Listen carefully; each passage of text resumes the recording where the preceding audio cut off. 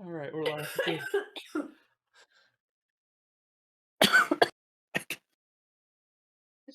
Buddy, All right, we murder live? that. Yeah, we're good. We're live. I don't. Okay. All right. Oh, hey, what are we sharing? What screen are we sharing?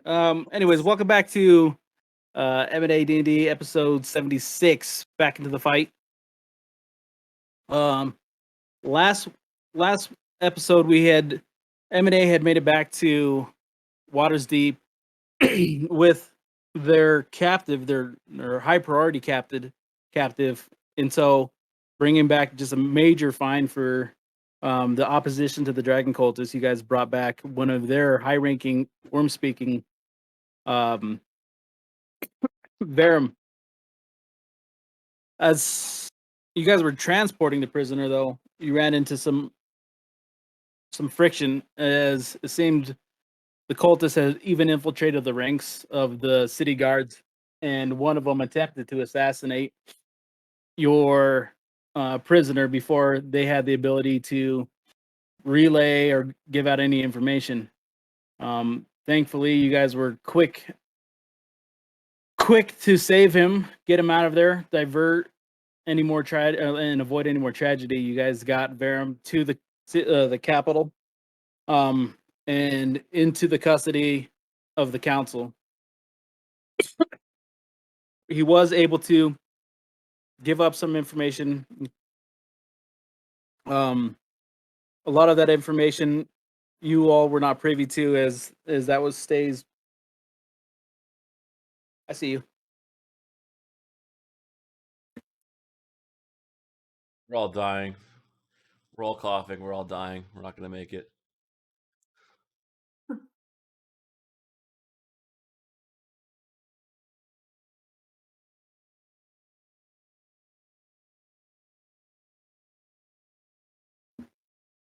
I got some sick family members today, so I've been taking care of them all day. So this is the only time I haven't been doting on them, and they're not taking it well.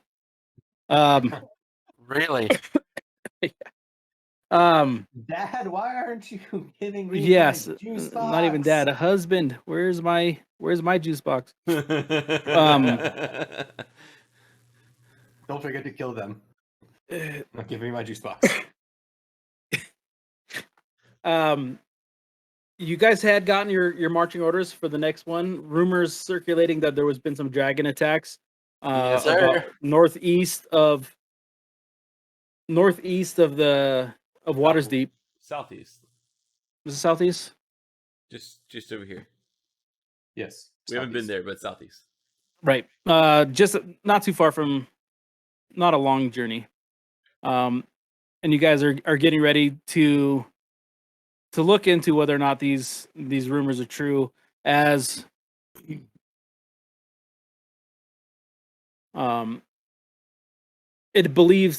some believe that it's impossible, that the woods had been fortified by the elves and that they couldn't be under attack. It's up to you all to sort out this information and figure out if there's any truth to these rumors. We're gonna pick up at the castle. As you guys are getting a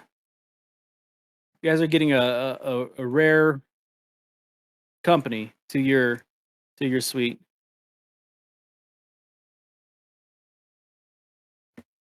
Back to the castle. No, never mind.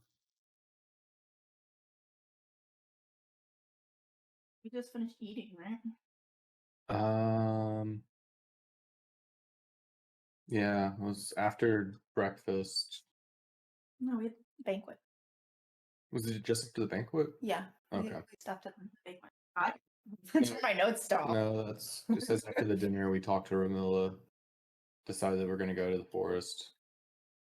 And Yeah, I think that's where we braked. Okay. Is the dead body gone outside our room? At this point, there is no, you open the door. There's nothing there. It's All right, so they take that the, back. it's been several hours, but as you guys are packing your bags and readying for this next leg of your adventure, you hear this like just a loud cacophony of metal clanking and almost a little bit of vibration as a stampede starts heading up this circular staircase that you guys are so familiar with. A loud thud on the door, and it's opened immediately. You see some of the higher ranking guards standing outside of your door with full regalia with their pageantry. No, you understand this is the King's Guard. They part ways, and through the rank and file, you recognize the next visitor, the first visitor, I should say. This is King Melindrock. You've had a conversation. You've spoken in his presence, but this is the We have first not time you've smoked in his presence, though. Yes, this is his first time you're in his good graces. Murders and acquisition. Please take a seat. And he kind of like addresses the chairs in this lounge for you guys all to take your seats. And you guys go to settle in. He stands at the foot of the end table and addresses you. Well, I continue to believe that no army can quell the elves that live in the misty forest. These rumors are quite concerning.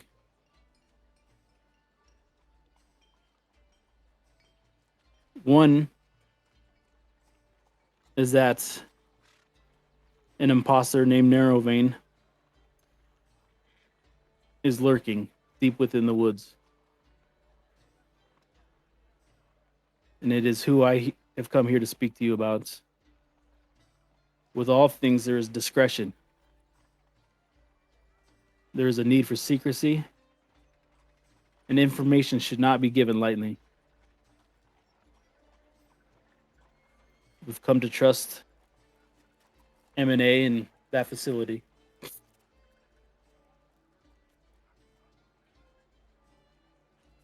What I'm asking of you is if you come across this imposter, this Narrowvein,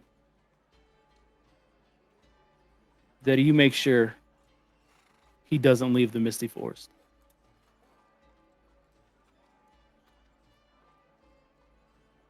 And while he's talking, can I insight check him again?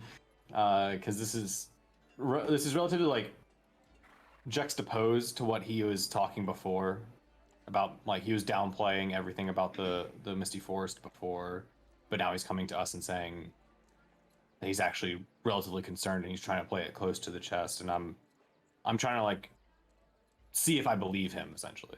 Mm-hmm. I would like to do an investigation check, but I'm just looking at his hands.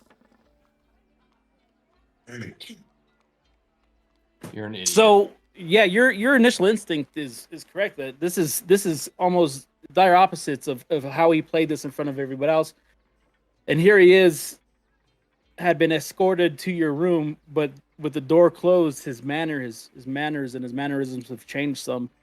And where he kind of had this confidence and, I don't know, maybe a little bit of pomp downstairs in front of the council, there's a level of sincerity and I think caution when he's talking to you now about his need for you guys. If you run into this imposter, it's important for you. It's important that this person is ended.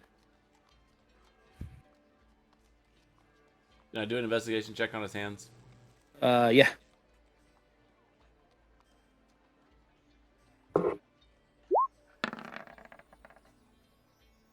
He has 10 fingers and they They bend like this. I'll ask, uh,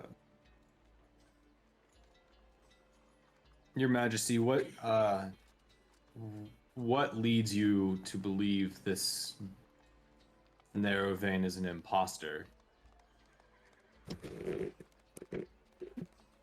Well, the Sword Coast is full of ancient history, and there are stories, there are legends, there are folklore, wives' tales. And throughout time, people have taken up names because often names are given power.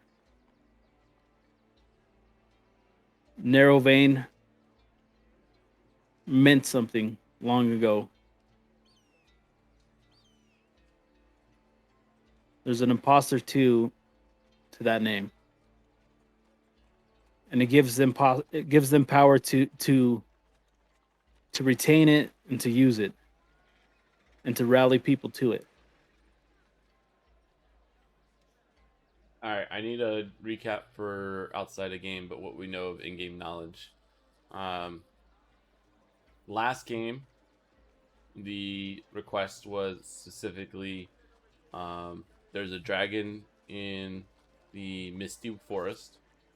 They mentioned Narrowbane, and then going further back, does everyone remember Valen telling us about Narrowbane? Did he tell all of us that? Not I don't think Astrid was in the room. Is that the night that you went to go fight? Yeah, that's the night I punched people's faces. Yeah. Okay, so me But- and Val do know about, to a degree, of Valen's history with, and again, this is where I'm clarifying some things just to make sure I'm on the right track. The dragon was called Narrowvein. 'Cause I remember you were looking Apparently, for a green this is- dragon. This is and the then you were case that referencing- they're claiming the dragon named Narrowbane. But What did you I- tell us? I didn't tell you guys Narrowbane was a dragon. I just told you the name. I told you Narrowbane is a he. And as far as I can tell you, I don't I want believe- more. I don't I want be- more no, I- in-game information. I want. No, I wanna believe know what I've- I believe Valen had told you that in his past there was a run-in with a dark elf named Narrowbane yeah. Okay. through not him himself but through his lineage. There was a dark elf named Narrowbane. Okay. There and was no there's a- mention. There was no mention of a dragon named Narrowbane. There was mention of a dragon and a person named Narrowbane. Okay, so there's Yes. a person named Narrowvein, and there was a green dragon. Because I remember Valen telling us Yeah. about he was looking Green for Wyvern, yes. a green dragon, and I don't think wyverns in this universe have colors. And then Wait, really? Is that a thing? Wyverns are no. specific to this world, like to the D&D setting. They are separate from dragons. Yeah. So They still have the dragon tag though. yeah, no, they're in the they dragon. have a family. dragon They are- tag, they but are they're just specific like a lesser things. dragon, and they don't have like a Okay. they So just it just are depends on what you're planning it to be. right. Is you have to use the proper name for it. Like a wyvern is a thing, and if you want it to be a wyvern, it is a wyvern. Wyvern is like a lesser, like a rideable dragon that doesn't have like the same intelligence or scale Okay. as everything else. A dragon Alright. is a named dragon with the stats and everything that have like either chromatic or metallic, and then a worm is something else technically now too. So, but that's still yet to be really fleshed out. We're not really going to come across it. But so if it was green dragon, I'm assuming it's a green dragon. Or we hear about a dragon down here, and I don't. And did we last game determine it was a green dragon, or was it just a flat dragon? It was you guys Wow. were told. I think there was mention of a green dragon. Okay. Okay. In These my are all head, I these are had- all rumors. Yeah, they're all rumors. I'm just making sure that like what I have because I have dragon attack. I didn't write down green per se, but in my head I remember green, and I didn't think I was filling in the dots that well. Um, You don't think you made it up, right? right. Yeah, I believe it was. So I wanted a mentioned. level set here before I like answer. So I don't. That's fine. So I'm sorry. Nope. So That's all perfectly fine. So, okay. So, there is a rumor of a green dragon in these woods. Valen in the past had mentioned he was searching for Nerovin and two separate things, a green dragon. So, I'm glad I got the separation of two things right now. And so now explicitly the king is coming to us saying that this Nerovin, which if someone could throw the spelling in the chat real quick, I can write that down. I don't have it right now. Nerovin is potentially an imposter, and that's my baseline understanding of what I have. Did I miss anything? Sorry, that was long-winded. I just needed to be No. honest. I think that's pretty much what you guys know from me. Okay. Yep. But just to make notes in game that Valen has been quietly, silently evaluating the information that has been passed down from this person in front of them. So just he's gesturing himself and just trying to read and dissect exactly what this could mean. I'm going to ask the king.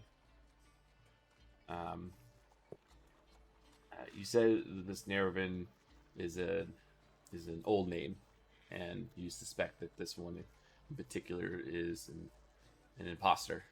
How old of a name do we believe this Nerovin is, and what do we believe happened to the original?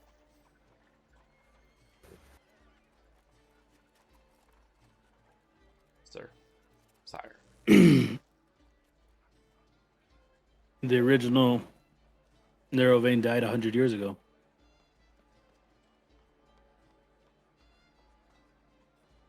And I know because my son was the one who slain him.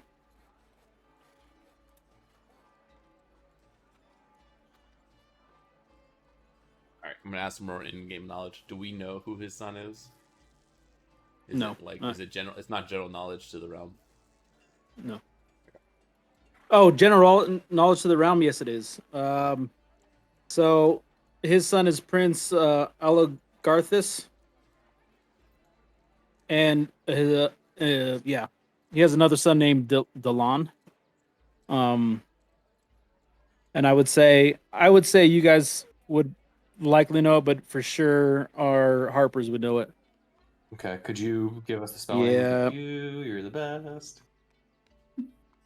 So is the king saying that his son slain Nerovane? The original. 100 years ago. He's an elf from his picture. And then Probably. yeah, you would know, and he Okay. does. Okay. Whoa. To keep on what you're asking me is, this is like probably one of the most powerful individuals on all the Sword Coast. Yeah. So you would certainly expect it. Well, yeah, I didn't like. It's easy to assume, but I didn't know if Right. that was something like a big no to know. You know.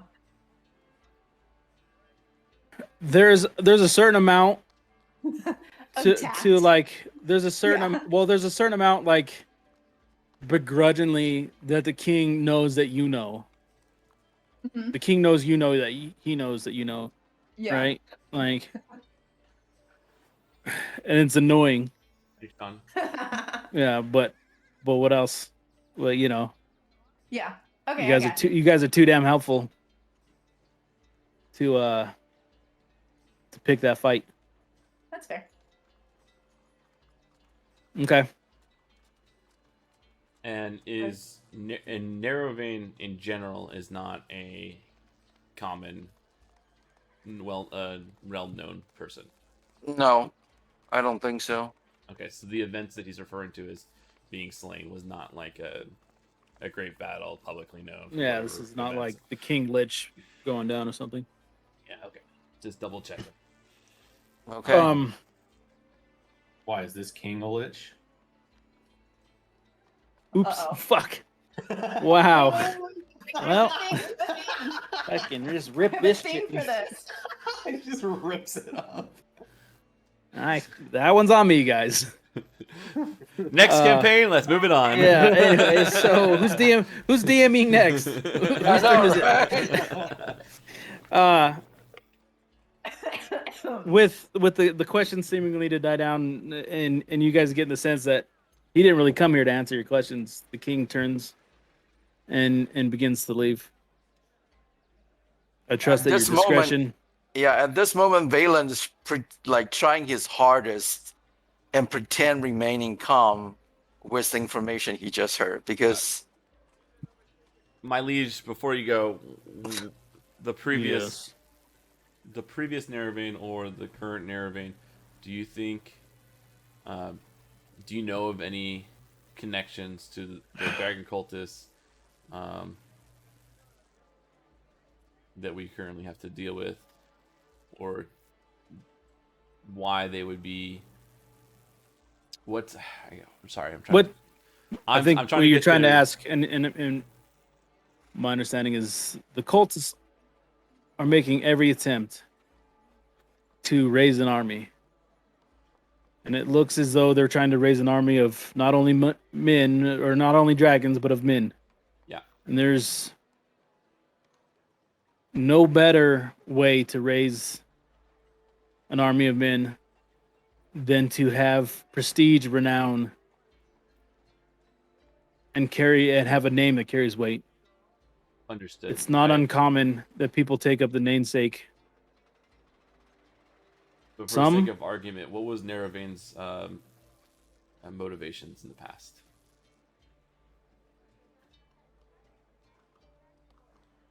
Death. Great. Thank you. And he walks out and he shuts the door behind him. And you hear that clanking of armor as his battalion of soldiers lead him down the staircase and out of earshot of you.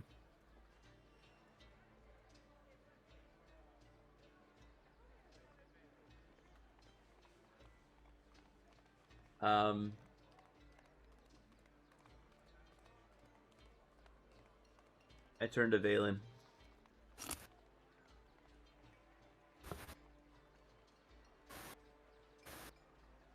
How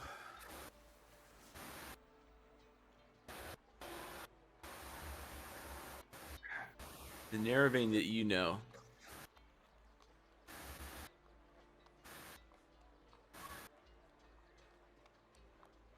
we might need to know more about him. And I don't know. I have trouble comparing these two accounts, if that makes sense. But is there a chance that the Nerevain now is not as much of an imposter as much as the original? Or is the Nerevain you know someone who could have taken up the title? I'm not sure how else to ask that. I don't know if my information would help to explain the situation in terms of if the person that we're supposed to be hunting right now would be an imposter. I don't know if my knowledge will help, but since Asher's also here, the narrow vein that I was chasing after for decades, he has acquired a very powerful capability that can grant him access to ancient deities that will once rule over the entire land of this world. That was the reason why my lineage and my people had association with the power that he hold or held. Personally, at this point, I don't know how to react to the information I just got. Did you say he had control of ancient deities, or what was the phrasing? He has the ability to access an ancient deity's power. Okay, has the ability to access their ability. Okay. I'm just trying to write this down. And as to who or how he achieved that, all I can say is it was through generations of trying and experimenting with some of the darkest of the magics that ancient dark elves was able to find a way to do so. And that knowledge and that power, I know for sure the narrow vein I was choosing, the narrow vein I was chasing, acquired that decades ago. So ever since then, I've been chasing him down. Because it was What was the closest you ever got? the What was the closest? closest I was ever getting. Mm-hmm.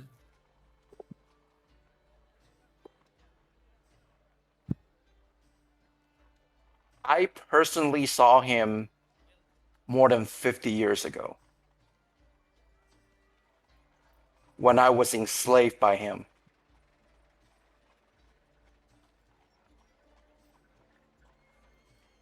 Along with many of my people.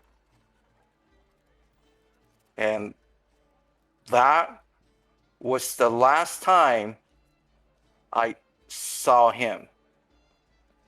But I didn't know that I need to hunt him down because of the power that he has acquired until years later that I escaped from his camp. So I didn't know the power he has acquired is dangerous and it's actually real years after I escaped from the labor camp that he enslaved my people in. So that was my dealing with him all the way up to, I think I remember I was 32 when I ran away. Yes. Astrid. I don't know much about ancient deities and their powers. But if this guy had acquired ancient deities, is it possible he could have been slain and come back?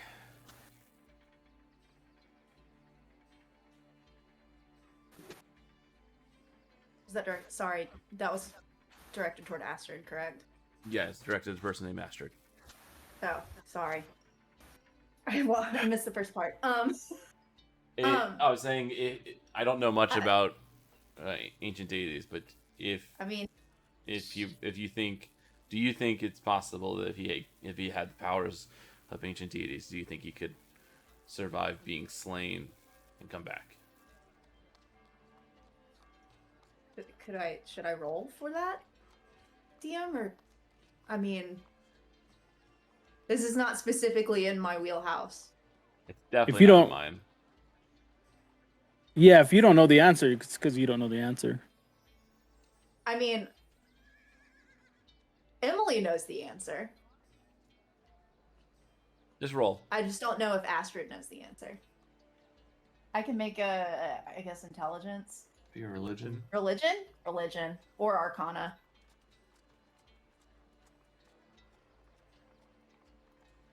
Eh, 6.5 dozen. They're both +0. Yeah, it's thing is, Okay. you know a wealth of knowledge Rolled a because nat of one. your history, but it's all over the place. Not just this realm. So this is like deep Sword Coast lore. Yeah. I mean, there are plenty of children's stories that talk about this, but I'm not sure if it's real or just stories. All right. So How long do you think you've been here, Astrid? A year on the Sword Coast? She's been in the Sword Coast maybe. She's been back and forth to the Sword Coast for a Right, couple you've been years, back and forth, but you've been.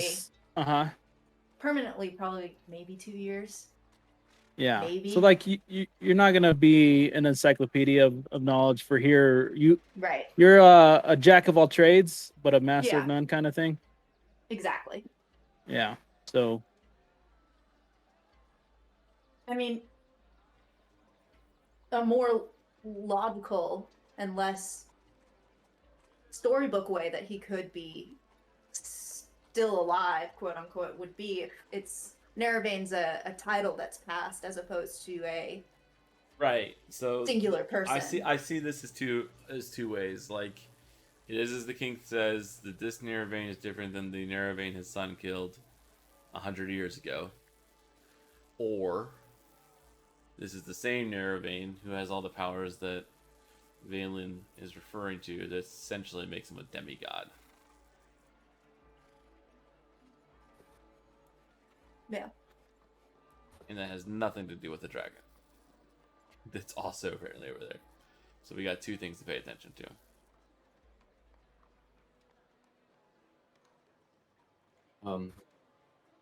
I'd like to point out that the king felt it necessary to hide his intentions in front of the council. Which begs to differ. Who is he hiding his intentions from?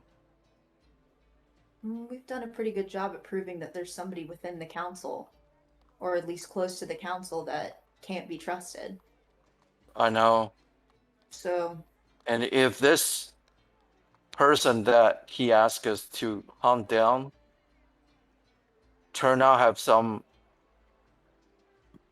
information that actually attached to the real Neravane, I think it will help us to identify who actually is being the spy on the council. I have a feeling I for was it. thinking it might have to do with Beast hanging his hat on the fact that his son killed the last Neravane, and that turns out to be false. That claim is that claim is if that Could hurt claim's his being reputation. debunked, then it will threaten his position. Yeah. So maybe it would be That better off for us to take care of whoever this is for him, claim that he's a yeah. imposter the whole time, and not make a big deal about it in front of the council. Not hurting the king's representation for what his sons had done. But that doesn't take into consideration what you already said about his abilities. But still, just going off what Val said about how he was acting. I don't know. I think if it was a cleanup job of preserving his son's reputation, I feel like he would have just sent somebody that's really good at. Well, we're really good. We appear to be At very good at murdering? killing. Like, send But someone really good at murdering. Send someone a little bit more subtle.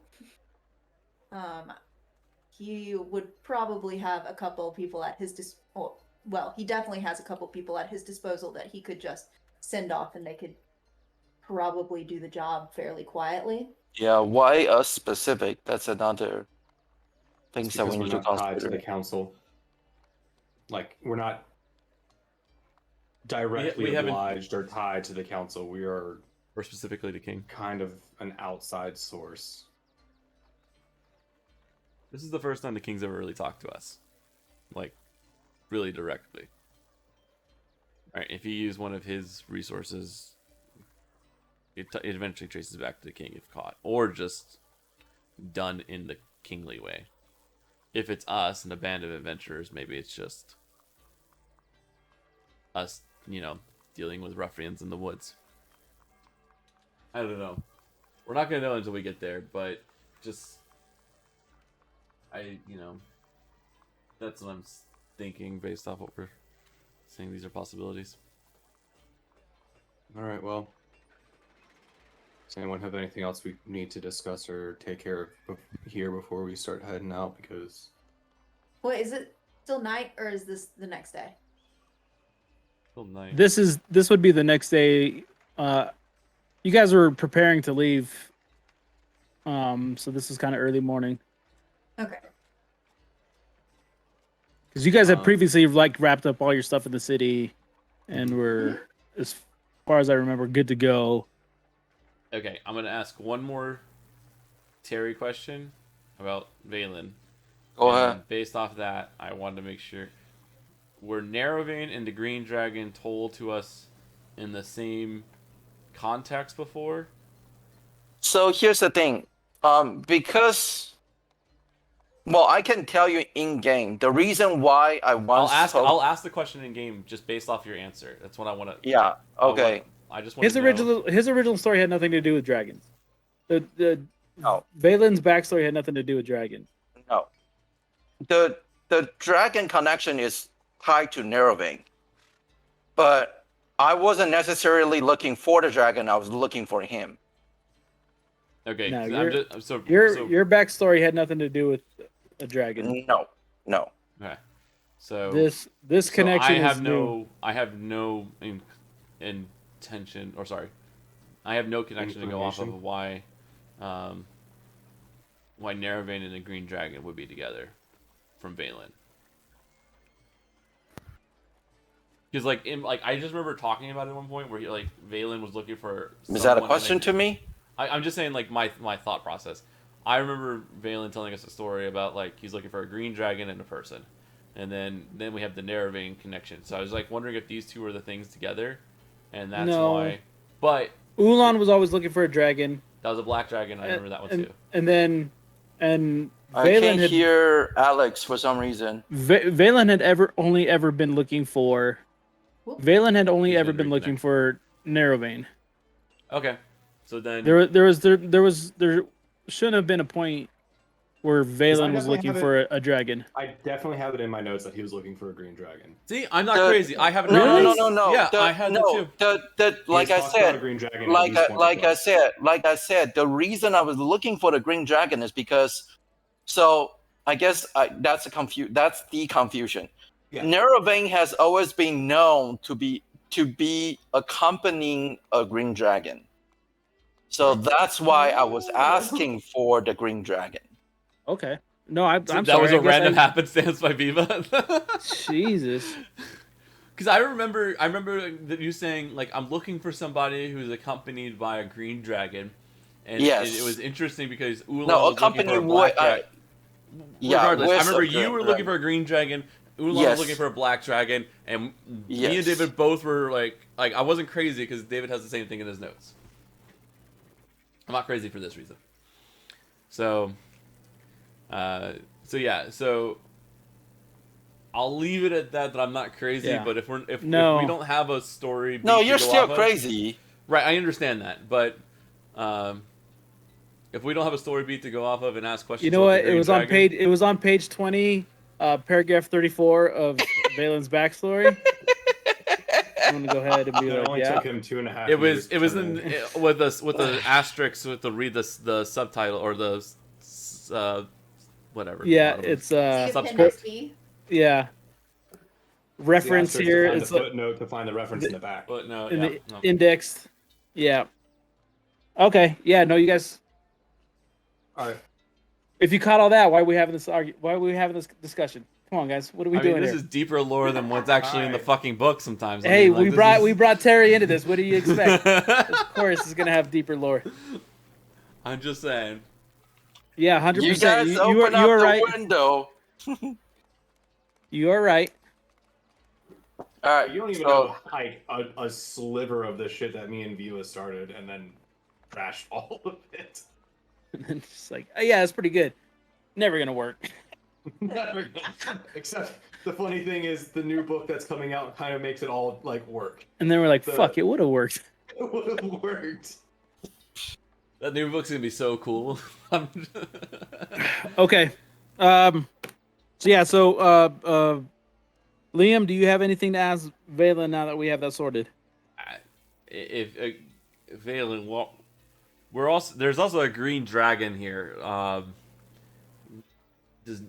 Why does Nervain and the green dragon? What's the connection between those two? If there's a connection. I don't know that. I don't know the actual connection. The information I've been collecting throughout a year is that he's been a consort of a green dragon for many years. As to how he become of that, I don't know. And that is the information I've been seeking for years too. All right. Hey, if a lightning strikes my house and everything shuts off, it's because of the lightning strike. Okay. Do I call you after? Is there a this time, storm? or- No. Is there a storm in Colorado? Yeah, we're actually getting some rain, which is great because the fires have started up finally. Holy God. My Is traditional thunder- are summer thun- fires. Are thunderstorms rare for you? They're not super rare, rare, but like, I mean, it's Right- like every right- other right now- day here, but oh yeah, yeah. Then yes, it's like a couple times a month. Oh, okay. like summertime, Yeah, like it's like twice, a 50, like twice 50-50 in chance twice you're gonna have it. twice in July, and then now it's August, so we're gonna get it out of the way.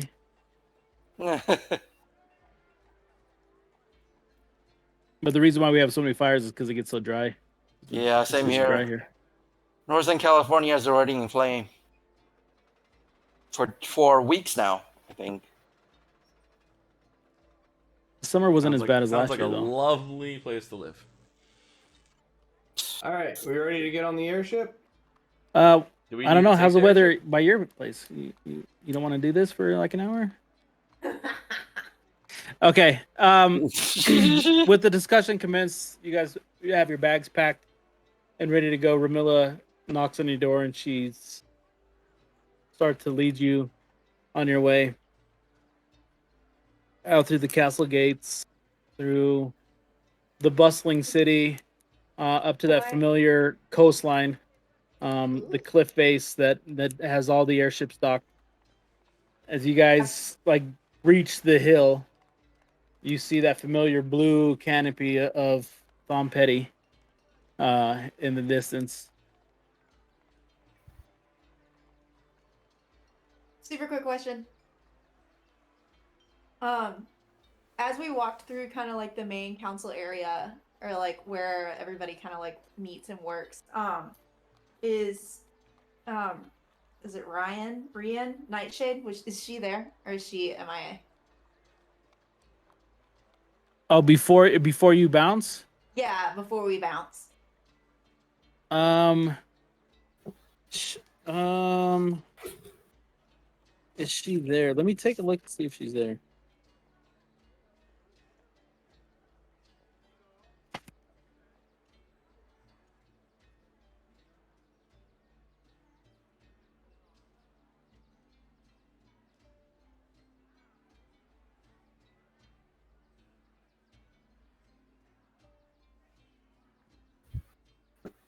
You do see her. You do as you pass through the council room. You do see her, Correct. kind of lurking in the shadow, talking to someone. Another. Never mind. Go ahead. Back to the airship. I was just Okay. curious. She continues to be in the mix, if that's what you're wondering about. Yeah. Basically.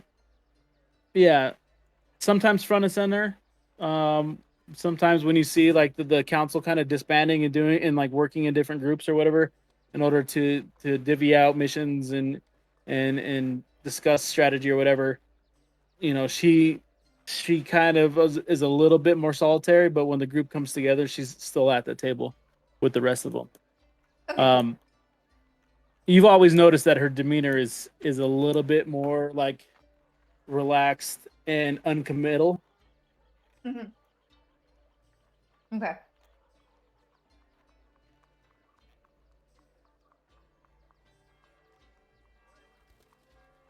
Thank you. Yep. So as you guys approach, you see right away that familiar your the familiar castmates working away, loading up your ship, getting it ready. At the wheel of the ship, kind of like barking orders and is your captain.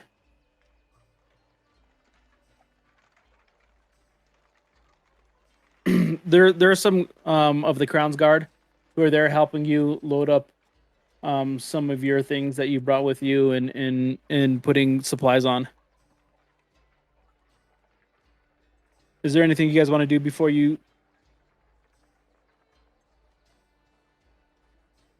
Man, I've already got the supplies done. I think I'm good to go. I don't have anything. I'm good as well. I'll Val will as he gets up onto the deck, he'll go and see Arendor and let them know of where we're heading if they don't already know. You see Arendor kind of on that like the the banister right in front of the wheel, who's kind of poring over maps. You see him kind of like perched up on top of it as you approach him. Ah, Val, you ready? Seems as though this will be a shorter trip than we're used to.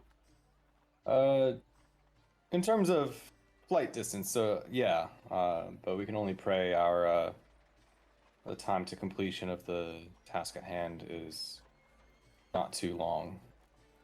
Well, nonetheless, we'll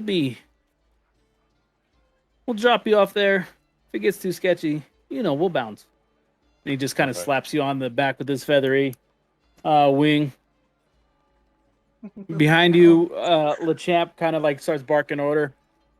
Everybody starts pulling up the anchor, like the ropes, and taking you guys off the dock, and you guys begin to start to finally float away from the cliff face of Waters Deep.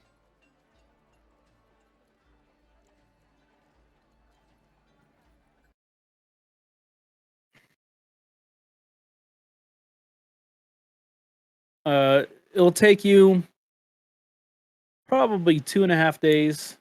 This is where you're traveling. Yep. You guys begin to turn turn south and head along, like kind of following the tradeway,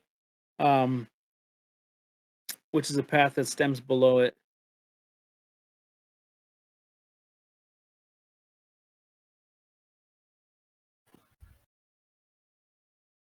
You cross over within a on the second day. You guys cross over um, a major city called Daggerford,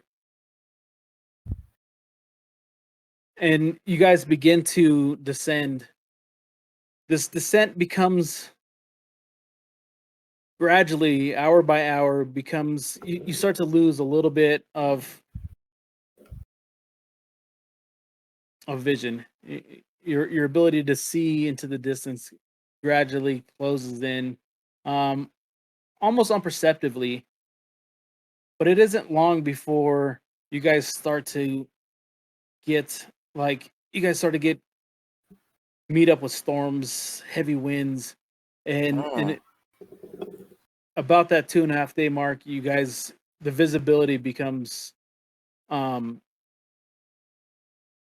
almost like unbearable, having difficulty to see even within like from stern to bow. Does it Part of your seem?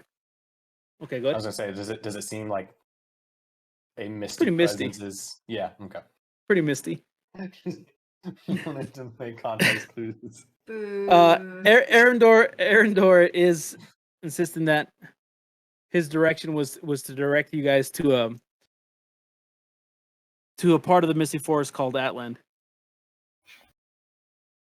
And the closer you get to his navigation point, the more that misty, it's almost like humid to your touch, but as you guys get closer to your final destination, you start to smell charred wood. It becomes like the air starts to gradually grow thicker with the smell of burnt and charcoal. That's not- You're unable to decipher what's mist and what's smoke. But as you approach the ground, you start to see glowing embers. No, that's not. And the closer you get, those embers actually start to grow in size. And it's not embers that you were seeing, it's actually treetops that have been set ablaze. To the outside world, this always just seems like the mist that seems to kind of like hover around this forest. But now that you're in the mix of it, the mist and smoke have mixed together as parts of the misty forest have gone up in flames or have been burnt down.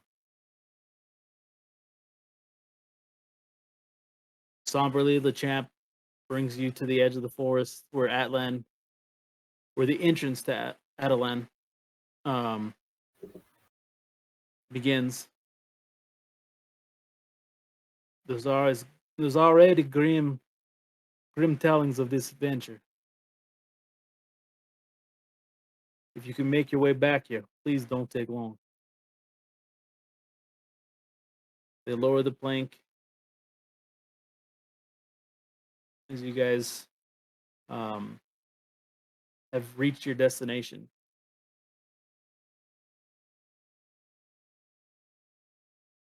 I have one slightly lighter question than what just happened. How's my girl Von Page doing? Yeah, she's actually like she's moving along. This trip was much shorter, so you get the sense that she wished that she had hung out with you guys a little bit more. Hmm. She's sad to see you leave. But on one particular night on this adventure, you kind of had a chuckle as she was trying her darndest to comb Skull's smoky fur. Okay. Bless it. Bless up. Okay.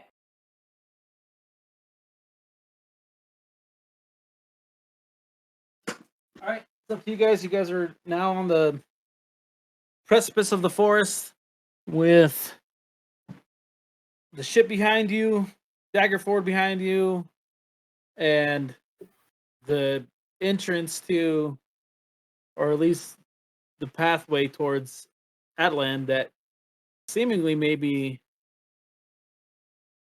decimated and burnt to the ground at this point. Val is going to take a moment and look around, knowing what he knows of Dragonkin. The rumors were a green dragon, which is likely not the cause of a forest fire.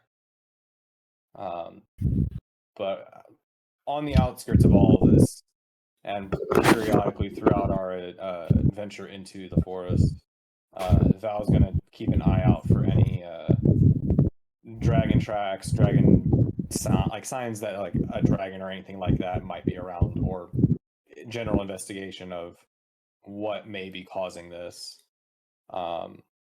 So let me know what type of roll you'd like me to make for this, and I'll do.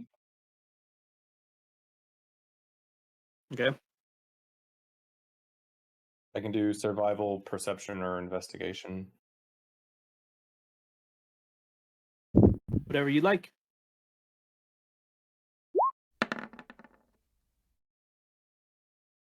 Um, There's no wind tunnel. No. where you're seeing now?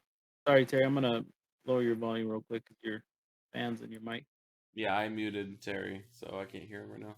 Okay. So what you gather from you're dipping your toe into the water essentially here. So what you're Mhm. going to perceive on the survival check is essentially limited to how far you've gone in. Um,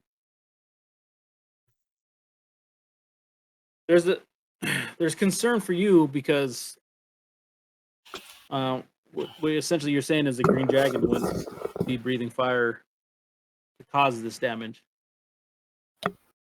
Correct? Yeah, that like my assumption is like, while it's not impossible, it's highly unlikely. Like this, Mhm.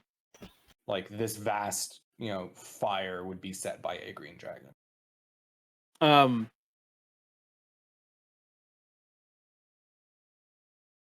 what you do notice and find a little bit more tracking a dragon is like some of these large trees that make up the misty forest are snapped not at the twigs, at the branches, but at the core of it, that something massive has done this damage. um they seem to have been folded and cracked in places that definitely a large beast would have done. Um,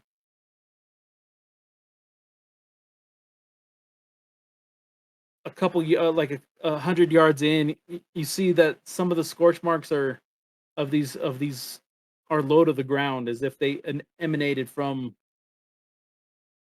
like I don't know, 5 feet off the ground, and the fire starts from there up.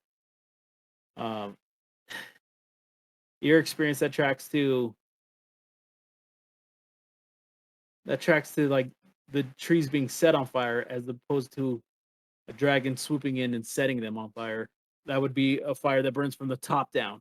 Yeah, So it kind of like confirms a you'd hunch. see. Confirms a hunch that you had that um, the fire is not necessarily dragon made, but it doesn't ease you any knowing that these large trees have been snapped in half.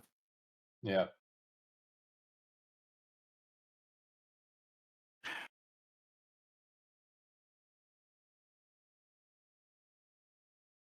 You guys continue on this pathway through this decimated um, forest, and the further you go in, um, you hear like this crackling of the fire still burning almost inside of the trees, out. You hear like the cracking of limbs as the fire overtakes the trees and they start to kind of crumble around. It's not raging. The misty, the humidity, the water in the air, the mist combats the spread of this fire so it doesn't just like go up like timber everywhere. Um so it makes this kind of eerie trek through this area as this fires, it just kind of like, it's like the trees are covered in um I know those lightning bugs. There's, they sparkle and they shimmer with flames and ashes and stuff. But they're these it's not bellowing and gushing everywhere. So your treks can kind of safely make your way. And after a couple hours, you start to hear the commotion. It's subtle at first. It's a little bit more. You hear moans in the distance. You hear sounds of sorrow and weeping and crying. And the further you go in, you see a little bit of more of the concentrated chaos of all of this as you approach Atlan.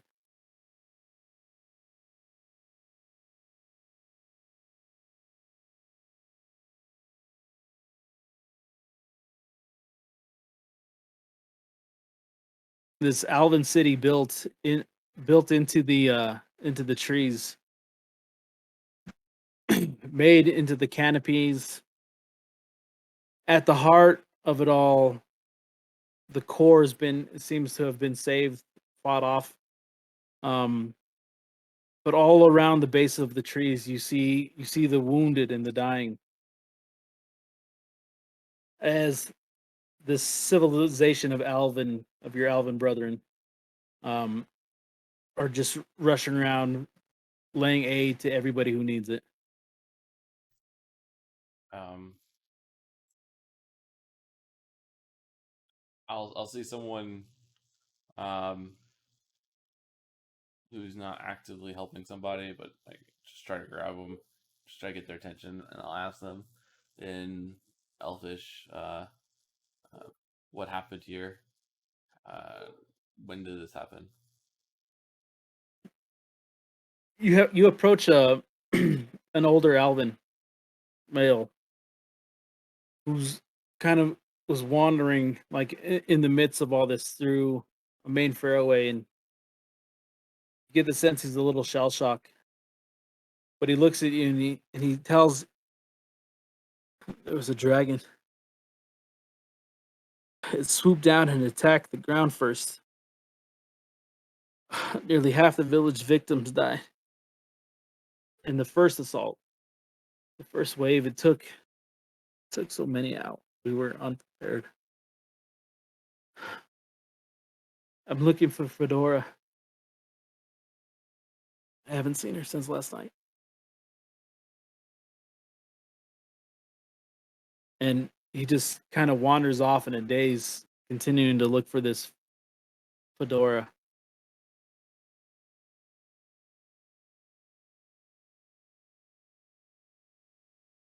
Are there wounded? Are there wounded or people in need help that hasn't been attended to? Oh, tons. Tons Um, and tons. And um I mean, might even have to do a medicine check to be able to tell if they're wounded or dead. I'm gonna do inside check on see how many people that. Well, It's before I do medicine, that, he said. no, before I do that, I would turn to Val and Darking, saying that um, I know we have a mission. I know time is against us, but we are all Alvin people. There Alvish blood running through us. I strongly believe we should help them. But because we're all got our orders, I don't want to act alone. If the team doesn't agree, I will move on. But then again, I'm asking for your help.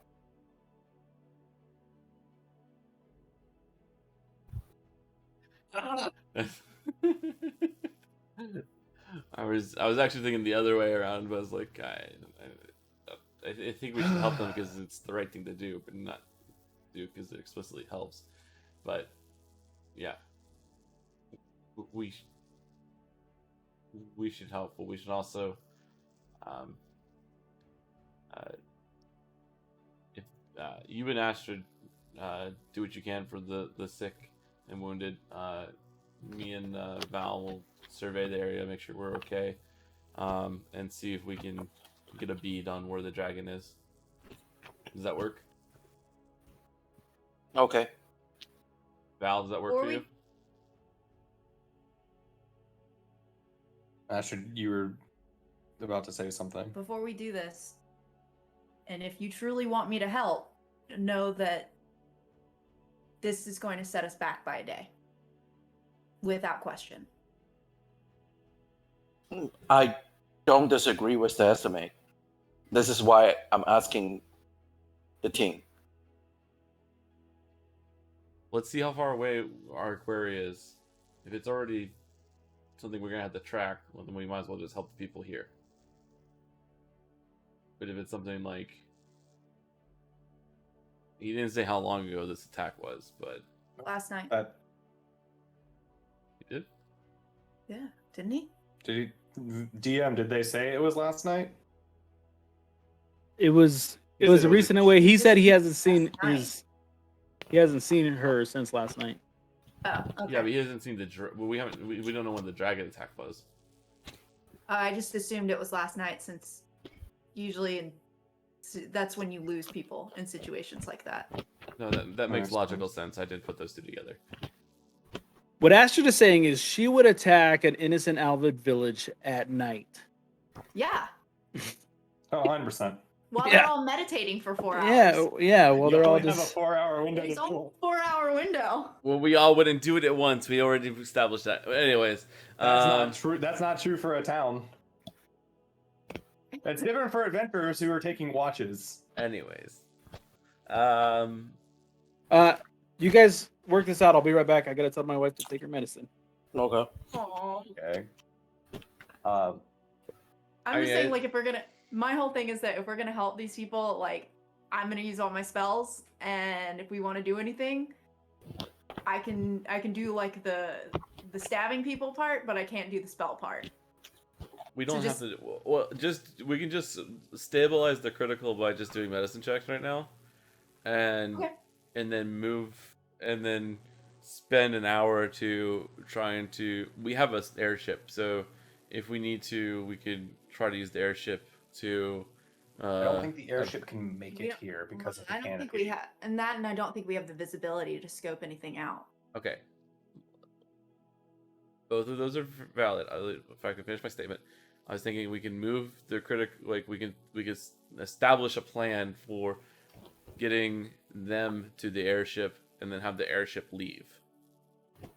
Because it sounded like not too far from here, we landed the airship. About Because a couple hours walk. was it a couple hours walk? Yeah. DM said it was a couple hours into the woods. Okay. Well, it would still give them a place to retreat to, and then they could take the airship back, and then we can still So have at them least- self-evacuate. Got it. right, and Mhm. then have them. No, it makes sense. because we can give the airship a heads up, and then just use the airship, which we don't need right now, to evacuate these people. Because right now they have nowhere to go except for to stay here. So if we stabilize the critically wounded and then just move them to the airship, take the airship back to Waters Deep, or the So- closest place that's far enough away to deal with them. I still want to, and I'm speaking like as Val, I still want to figure out what happened. Agreed. They got attacked by a dragon, but the fires don't really line up with a dragon attack. It might have been that they set the fires to try and ward the dragon off. I mean, But it Narrowbane doesn't could have been really the add fire. And unless we know why the dragon attacked, like what was it looking for? What is its purpose here? We don't know if it's going to come back. We don't know if it's going to come after them while they're on the road back to the airship. We don't know if the dragon's stuck around, if it has a den nearby. We don't know where it is, because if it's a dragon that just said, "Okay, I'm going to attack this place," and then pieces out, like it could be halfway to like the Icewind Dale by now. Mm-hmm. Sure. I agree. I We think- can collect the information while we attend to the Yes, to we the need wounded. to. I'm. That's what I'm saying. Before we make our final decision, while we're trying to help out while we can, before we decide to put our all of our effort into staying here and tending to every single person we can, we need to gather the information about whether or not a Me and dragon you will do return, that, or if and we let need to do. them two who have better abilities to stabilize the wounded do that. And so let's gather that information, and then based off that information, we finalize the second part of the plan. Okay. Does that work? Uh huh. Yeah. All right. All right, what are you guys doing? Val and Darking's gonna go help gonna go try to collect information about the attack, of when it happened, how it happened, and what actually happened. And Okay. I think myself and Astrid? Astrid, we're gonna go check on the wounded and to identify who we can help, who's already passed, and then we will inform the villagers to allow them to self-evacuate back to the airship. Does anyone I have think an we're gonna herbalist do that once kit? we figure out what happened. Yeah. Okay. I guess can I make a Marching orders. perception- Who are we following first? Oh, I mean, you guys can get. I think it would be meta if we had me and Alex try and get all of the information before letting Astrid and Valen wander off. Valen Yeah. do a couple of things, like go and talk and try and help a couple of people. I don't Okay. know. I'm just gonna try and. Well, can I just do a perception check to see if there's like a main area that they're bringing, like basically like a triage area?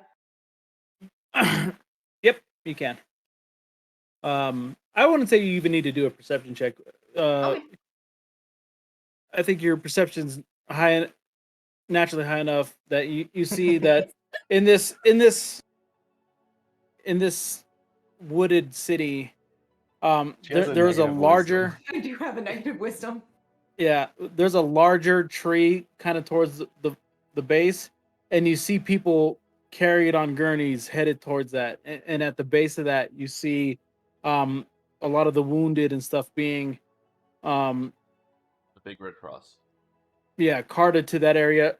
Although as you look around, there are people in bad enough shape that they can't be moved. Okay.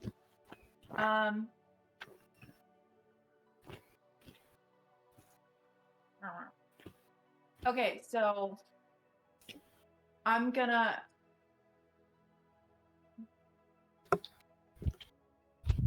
Okay, I'm gonna head over to kind of the central area to see if there's anybody kind of running things. Uh-huh. That you probably need a perception check to figure out who's running things. Okay. She's so excited for that perception check. She's been He just dancing wants around. that. He just wants that perception check, man. It was actually decent. Damn. So 20. 17. Pretty good.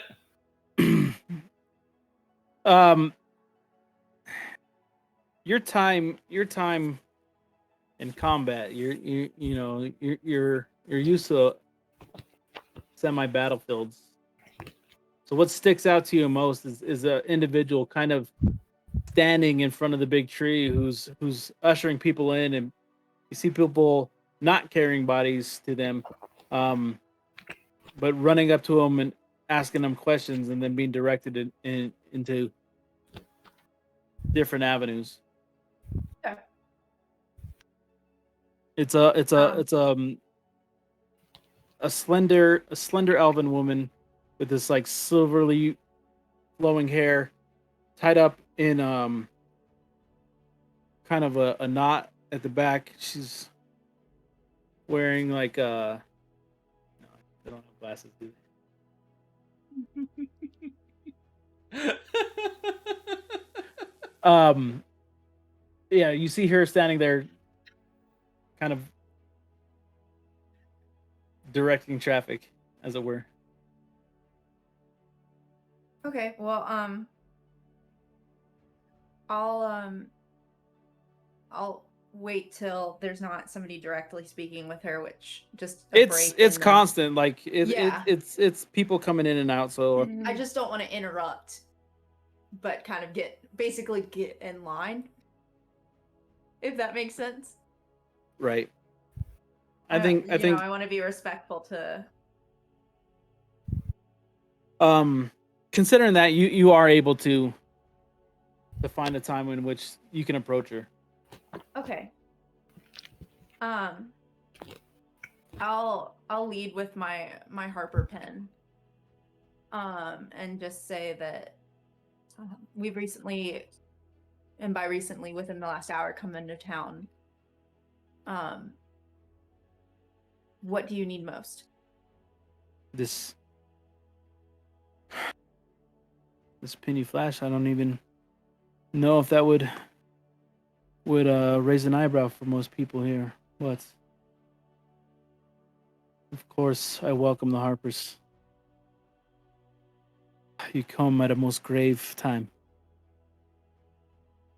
What we need is to stabilize my kin. What services can you provide? And I'm sorry, I don't have any time for introductions, really, but what can you do and how quickly can you do it? We need healing. I think those on the outskirts probably need the most. They're the ones that we can't bring here to the center. I can take care of those. I have a method to move relatively quickly in a short amount of time. My adventuring partner here, Valen, might be able to help you here within the triage with Valen. healing and medicine. Nice to meet you. My name is Adalia. What can I be of assistance, my lady? Again, the most important thing right now is healing. I Okay. think the sickest remain on the outskirts. Those who absolutely can't be moved. I think here at the tree, though, is also vital. We bring the ones that can be moved but are closest to death. On the outer ring of that, are a little bit more stable. If you can't go into the trees and save those that are on their last breaths, then stick closest here to the center and heal those in our triage. Then let me offer my spells to stabilize those that are critical. And then you can direct the staffs or the people or the volunteers how to station them and then maybe find places for them to rest. And then after Valen spoke, he started looking around and then work his way toward the patients that are basically just moaning with pain and There's essentially three levels of care right now. mhm. The closest to death you could probably help the fewest of. Okay. Then there are those that are going to die, but they're you'll be able to help the most of. They're not going to die within the next. They're not going to die within the next hour, but it doesn't look bleak. And then, the third would be those who have like broken bones, Mhm. internal bleeding, broken appendages and stuff that are Mhm. still kind of scattered amongst everybody, but they're stable-ish enough. So again, Okay. if you help the ones that are on death's door, over the next, you're not going to be able to help Much. Okay. much. If you focus on the ones that are dying or going to die, but are closer to the center of the tree, Yeah. that'll be up to you as to. Then I will be focusing my time and energy to those people. Okay. Okay. Valen, just strategically, Yes. I have 3 spell slots that I can use for Prayer of Healing. I can heal up to 6 creatures of my choice. Mhm. with it's 3d8 plus 3.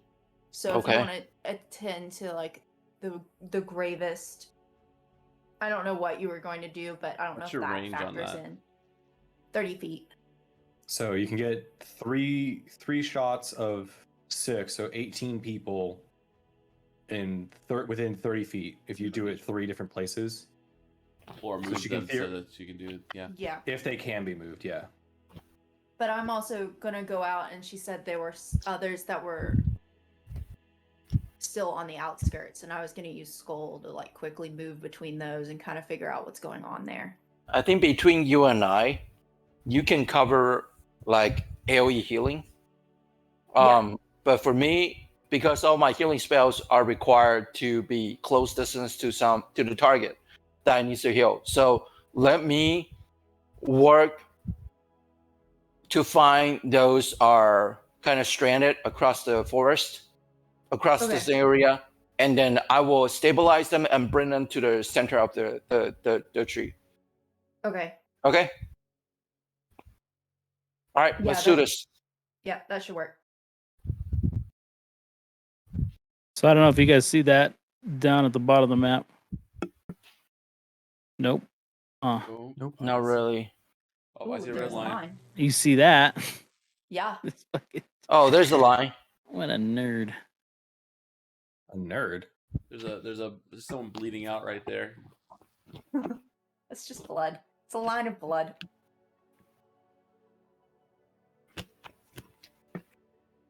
Well, I'm never gonna be able to show you the cool drawing. Oh, I did. Okay.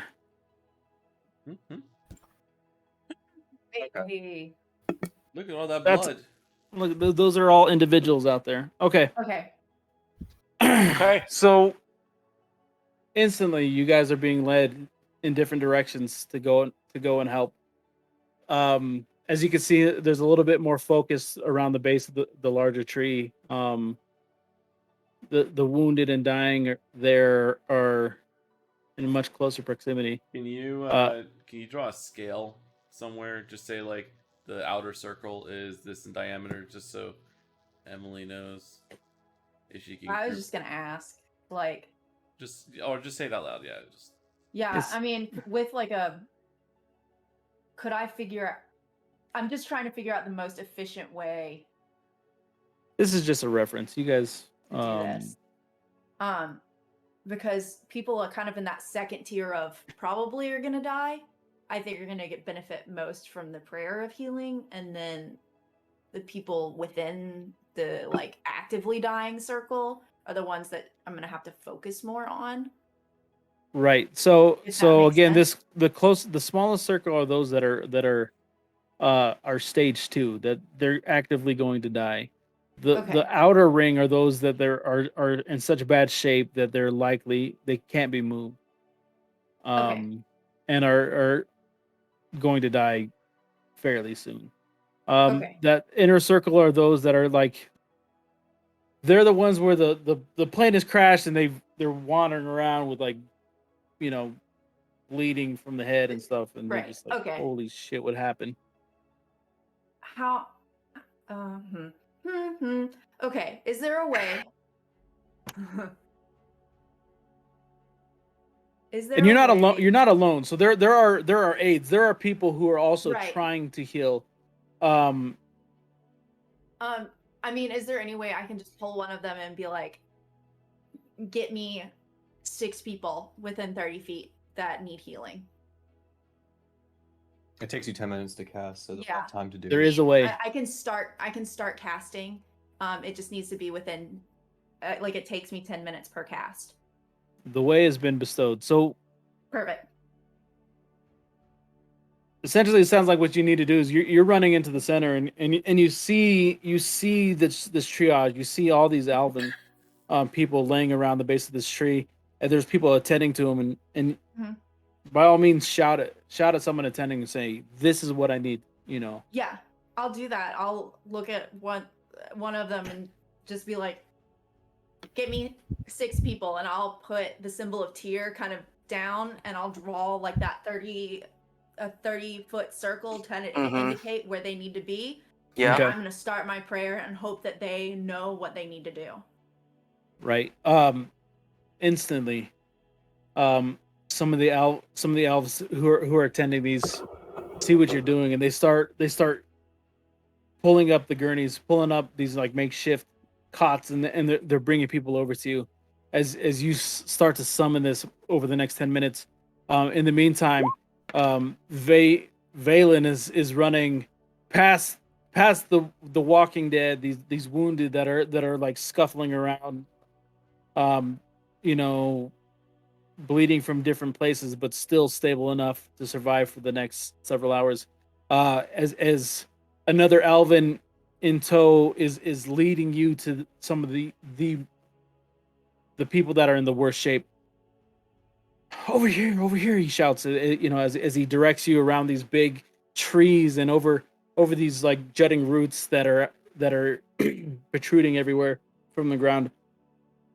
One of the first people you come to is an elderly Alvin woman with her back resting up against the tree, and her midsection kind of just opened completely to the world. Oh my God. She's holding herself together. Oh, jeez.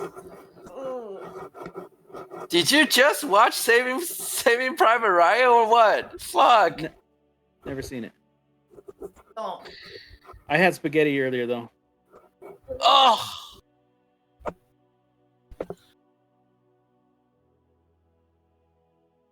Oh God. Okay. Anywho, yeah, I know. Anybody? The 6 people within my circle gain 17 hit points, Okay. or at least the first 6. Yeah, Valen, what are you doing? All right, so I'm just trying to find the scattered around the forest and then stabilize them with my touch of healing, and then bring him back to the center of bring him back to the center area. So what do you need to do as in terms of the actions? So one of the elves led you to this Alvin woman by the Okay. tree, right? All right. She's bleeding from the guts, Mhm. holding her innards inside. All right. You're doing lay on hands? Yes. Okay. So let me do action, and then bone healing word. I'm gonna do healing word as my bonus action. So how do you cast? Okay, cast. All right. So she gained 5 points healing, and I apply. Basically, I held her neck with my left hand, and I applied my right hand gently on her chest, and I start chanting with the words of healing. And then in about a couple minutes, I can feel like her chest start moving slowly and with a more stabilized breathing. And even though I can tell she's still bleeding internally, but it's her condition, I feel it's stable enough to move her to the center, so Astrid can take over from there. So do you want me to roll? Well, no, the elf that led you there, he kneels down beside this woman as she becomes stable, and he pours a little water into her mouth. She mumbles, "Elf." I can't unpicture the Alf. character Alf. Now it's just in the story. Just See, Sitting there playing. because all I see is fucking what's his name? Talladega Nights everywhere. I was thinking of Taking nuts everywhere. Oh my god. And he pours some water in her mouth, and she mumbles incoherently about how the robed men came in and attacked. Those bastards. And you hear shouting and like this almost sing-songy voice from somewhere along the parts of the tree line, and the elven your elven companion, he tells you, go follow that sound. We have another one that needs your healing. They're just marking where he needs to go. Okay.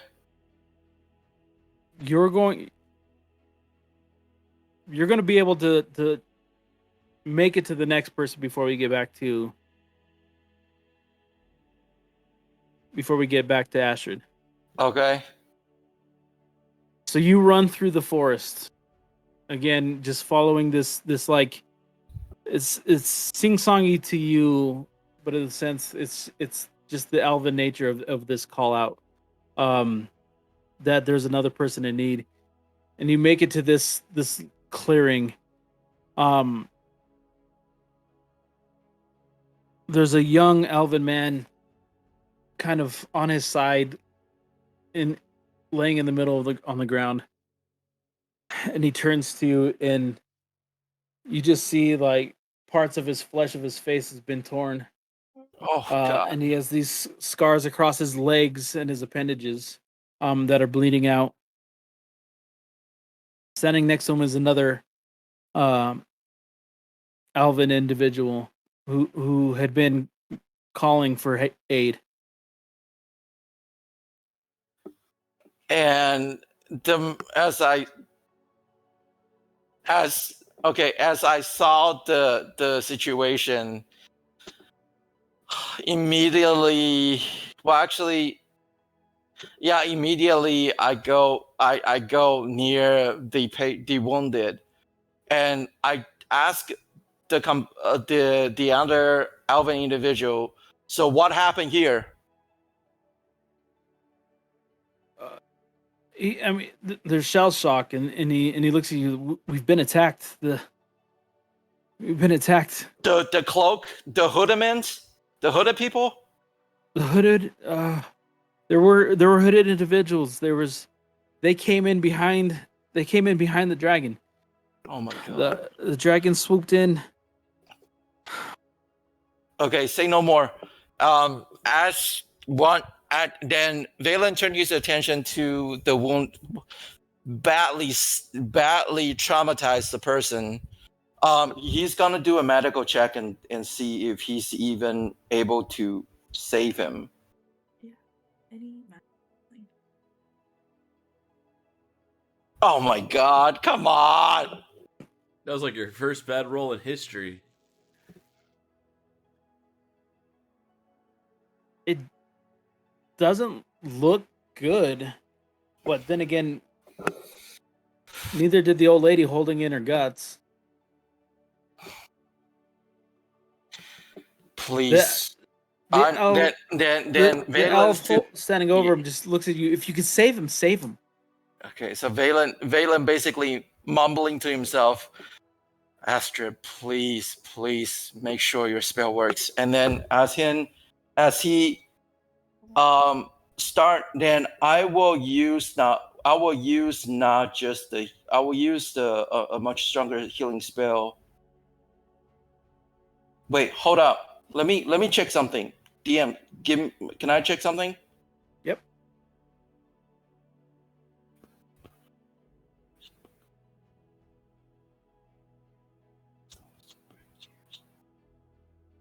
Thank you, Iron Man.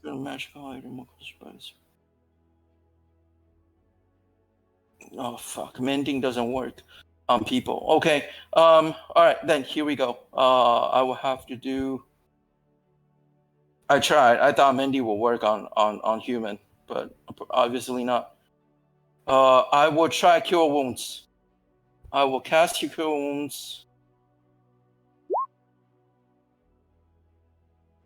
And even though the guy, the wounded regained 6 HP, but because of his wounds are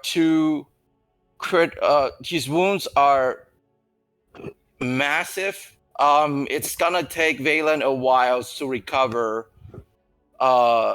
the patient's consciousness for a bit. So for the moment, Valen's gonna stay with the patient at for a few minutes.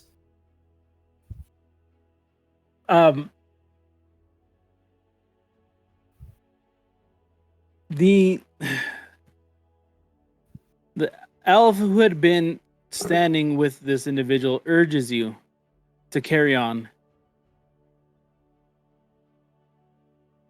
Sir, there's other wounded. We desperately need help. I can attend to his wounds now that you've stabilized them. Please, continue on. And you hear that same sing-songy voice, and he points. There's Oh my many, God, many there are people that more. need. All right, fine. You look after him. Do not move him until his breathing become more stable. I will try to find the next wounded, and then Valen stand up. Basically just start dashing toward that mute. I would say that chanting again. As you bound through this wooded area again, you following the sound, you come across another Alvin female who's attending another elf. Fucks with me now. You guys killed me. Who's lying there? This one's seems to be much older, and he looks at you really solemnly as you approach. I appreciate that you come to save me, but took my last stand. And he coughs up this blood, and it starts running down his chin. With the priest against those cultist bastards.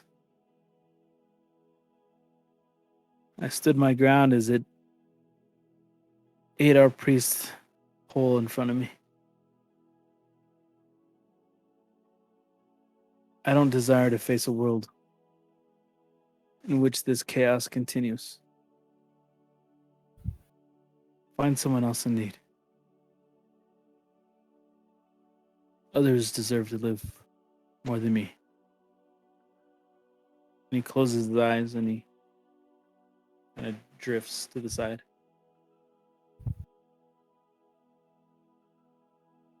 Is there an option for me? Is this an option for me, or this is actually a setup for? Ugh. Well, the female I guess elf who had stood over him looks at you somberly and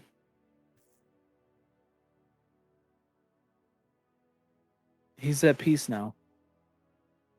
If you can help somebody else, I'd say we go. And she ushers to you to follow her into the woods. Astrid, back at the center of the tree, you have this group of people around you, kind of encircling you as you commence this this bit into this ground, this as you're drawing the symbol of Tyr. And so, I mean, as long as they're, whichever 6 the aides have deemed,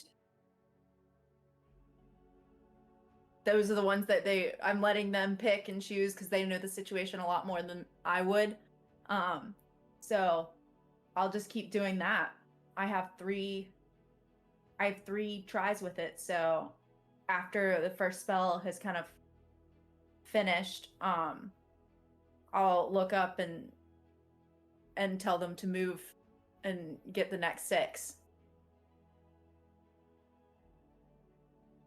I mean, I'm just gonna keep. In order to, one of them speaks up. Come with us, and she leads you to another circle of 6 that they've prepared. Okay, and I'll do the same thing. And so you sit down, preparing your the ritual for this new set of 6 that on like the eastern side of the tree. Yeah. And then I'll tell them that I have one more spell. I can do this one more time. So if they have another 6 that they would like, just while I'm doing this to prepare the next 6. Some of the healthier elves rush around to the other side of the tree, and they start to gather up another journey of 6. Okay, the second set gets 12 points. Okay. And do you want me to just roll for the third as well? I prefer you to roll for perception here. Okay.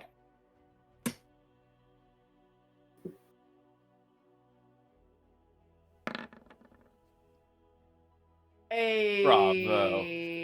In the midst of perception whiz right now. in the midst of all this chaos, you do hear combating stories about of a dragon that attacked with a human rider. That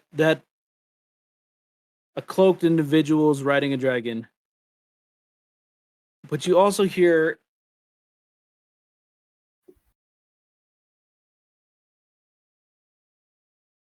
amongst the group. Can you guys hear me? Yes. Yep. Okay. You also hear combating stories about a figure that was riding the dragon that had the grace of an elf. As you commence this thing and you begin to heal, I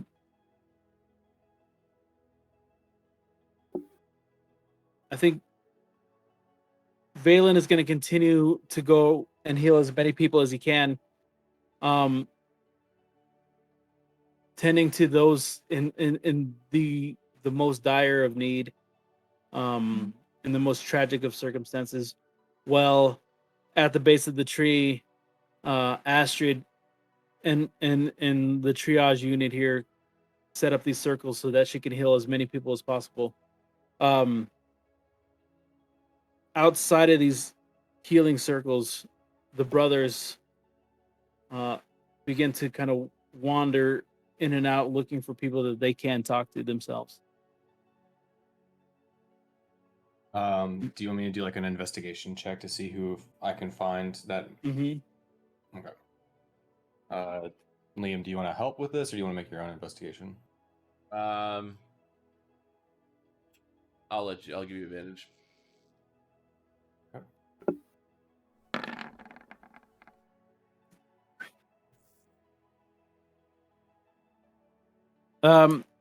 Yeah, so amongst us walking that second circle, that Walking Dead, you do find people that you see that are in much better shape, and you're drawn to them as they seem to have their wits about them and are directing people to the triage, or are directing other elves to that outer circle to help those that they can. We'll walk up and I'll ask, Hale, I need but a moment of your time. We're trying to assess what had been going on and track down that which has caused this chaos and this damage. Can you give us your account of what transpired, how the attack went down, as much detail as you can? While he's doing that, I'm gonna begin ritual casting detect magic and pop out Anju, so Anju can start smelling around as well when Okay. we start searching. So detect magic takes 10 minutes for me to ritual cast it, so that's why I'm calling it out while he talks. Speaker to an older Alvin citizen, She informs you almost at dawn, just before the dragon attacked, and behind it came an army of hooded soldiers, lighting everything ablaze. Our priest did as what they could to stop the attacks, but I've yet to find them. Can you let me know any details about this dragon? How did it attack? Did it use any breath weapons? Was it distinguishable in any kind of way? Fierce. It attacked and it was almost toying with us. It batted at us. It flailed its tail, knocking us to the ground with its tail, flinging broken trees at us. It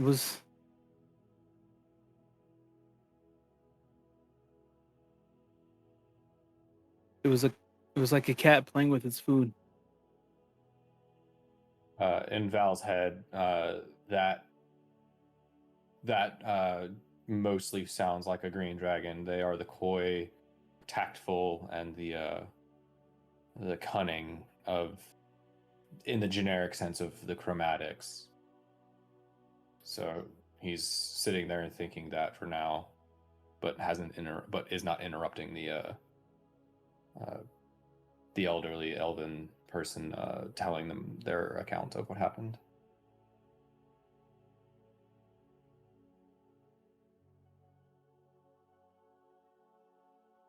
You mentioned that the priest attempted to help. Was there only one priest here? What happened to them? No, our Glamf, our priestess, led us out to confront the attack, and I haven't seen him. I imagine most people have turned to Galen if he's still alive for leadership.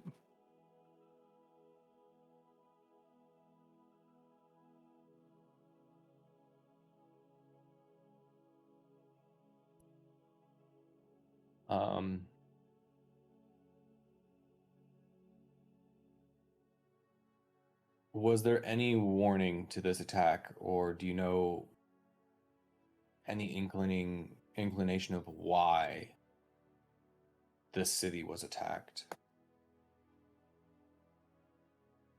There have been reports that they've been attacking some of our outposts throughout the forest for some time now. Almost as if they're testing our perimeters, looking for weaknesses. It's always seemed like they were at the right place at the right time on some of our caravans that led goods in and out. But they had never got this close. They had never been within 75 to 1,000 meters of us. I was going to say 75 miles, but that's the thing. No, it could be 75 miles. This is Yeah, a large 75 forest. yeah, 75 meters miles. is like less than a. That's what I said. It's 75. I was like, but miles ain't a thing here. So yeah, but yeah, 75 miles of kilometers. 75 kilometers, Leagues. kilometers and leagues, both of them combined. Not even within 75 logs.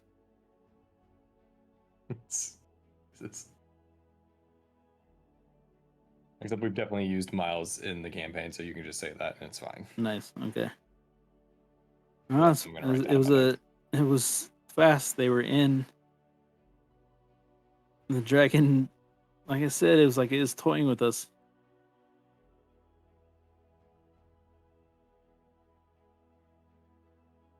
they came in, they attacked, the dragon left, those hooded soldiers behind it left. They didn't even. It wasn't like the other attacks on the forest. They didn't raid us. They didn't take. It was just to decimate.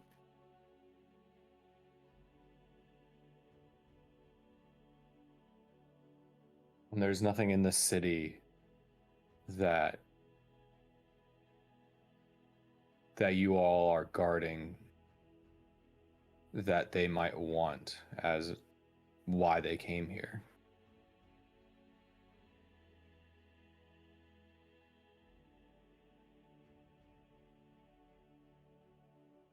Part of the reason that my kin have taken to this forest and live in the center of the Sword Coast, surrounded by the savages, is that we just want to be at peace. If we were to be hiding any kind of secrets, this would be probably the worst place on the Sword Coast to be situated. Practically in the middle, surrounded by all sides.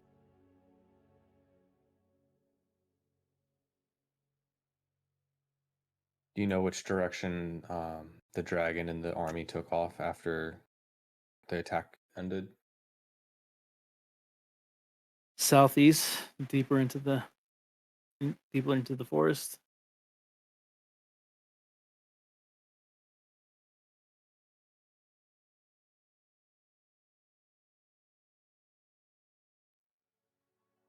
Once 11 minutes are up, my detect magic should be going. Do I detect any magic auras coming from anything unusual? Within 30 feet or whatever the range is. Within 30 feet? Yeah, 30 feet of me. 30. It hits on things. It's like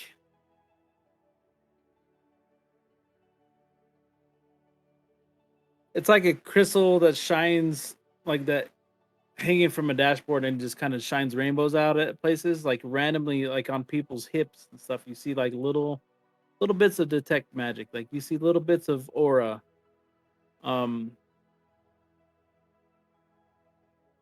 This is an Alvin civilization that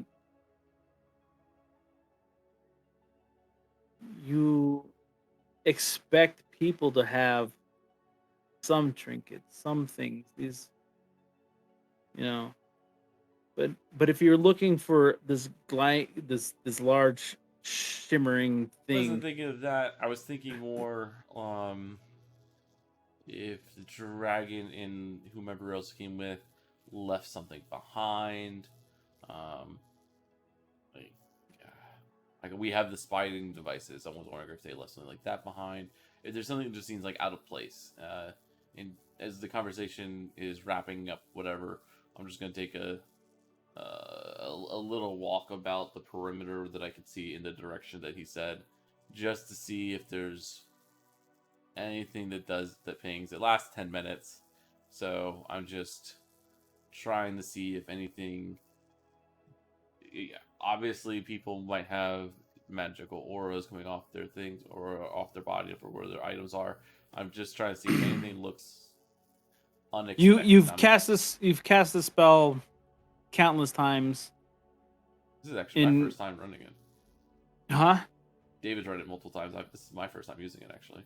Oh, so then you don't know what to think, because like I said, it's Yeah, this is new. okay. This is new for me. You see instances of magic kind of everywhere within this thing, including your brother. And Looks pretty trippy. Everything's kind of glowy. yeah. Okay. Wasn't sure if it was going to work, but I figured I would, while we're standing still and doing stuff, I wanted to give it a shot, make sure there wasn't anything happening. Okay. No spying eyes or anything like that. No.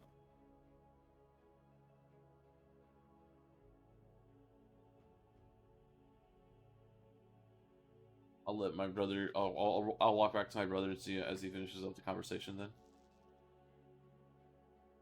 Yeah, unless they had anything else to say explicitly about like what type of dragon it was, other than my like just general assumption and educated guess. I have a direction that they went off. I'll ask. Color and size. You say well, they didn't give me any of that. I asked that. It's large enough for somebody to ride on it. It was playful, which makes me think it's a green dragon. They didn't get us. They didn't get us. They didn't see what color it was. When you were gone, he got his own confirmation by the description of its actions that this is very likely to be a green dragon. So I'll ask. Since you say that they've been attacking your caravans and your outposts for some time now, and that they've went off into the southeastern portion of this forest, do you know if they have a stronghold of some sorts, like a den or an encampment that they've been using, since your people would know what is going on in this forest if you have outposts throughout it? Or is there something in that direction that they might be heading towards? An ulterior goal?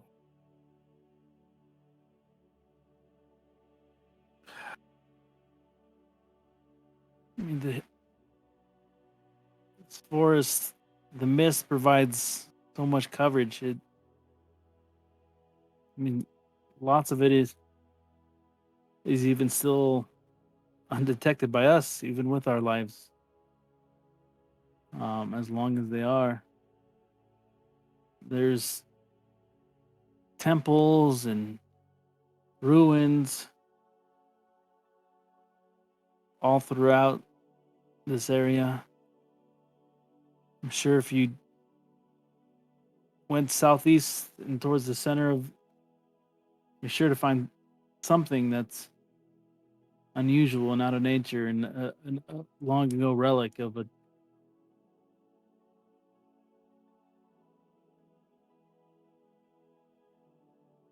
I think one of the things that I keep circling around to is, if you're forming an army and you want an army to be big enough, one of the things that you have to consider is, how do you keep it hidden? If you want to amass an army big enough, how do you keep it undetected?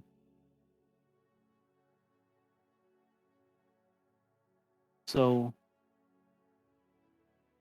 what if it's growing so big that we're encroaching on it and it hides in the mists here?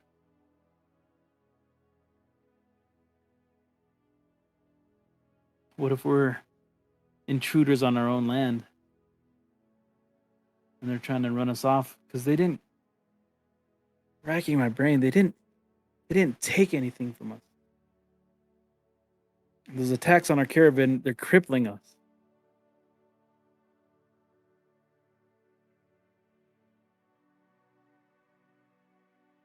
There's a strategy behind it, but I don't know what it is. We can. Guess we should go investigate.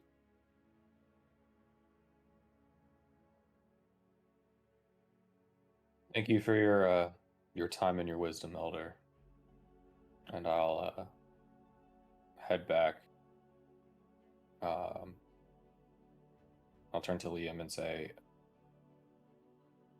they bring up a good point.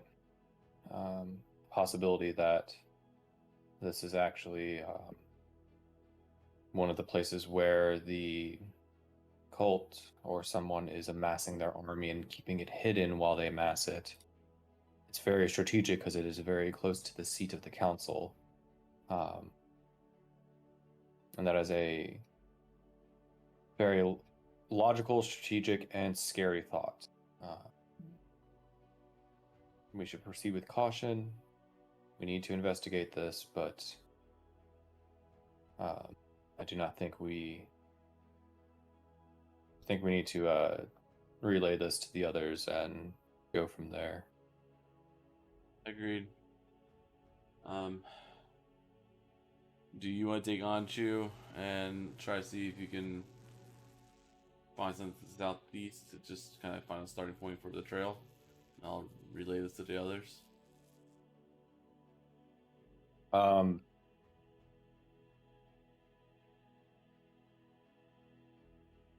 Like, I can do that, but will it take us such a long time to just tell the others before we move on? No, I was just trying to maximize. I was just saying, like, I'll tell the others, and you can get advantage on a check because you have Anshu with you.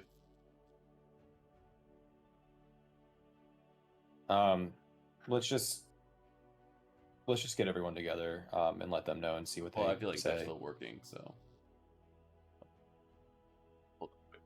Okay, let's go. I think enough time has passed between you guys investigating and questioning people and Valen and Astrid kind of like running in circles trying to help everybody. There comes a point in which your healers have done all that they can. And as you come back towards the circle, towards this triage, you find both Astrid and Valen sitting almost completely like wiped out, exhausted. Covered in blood. And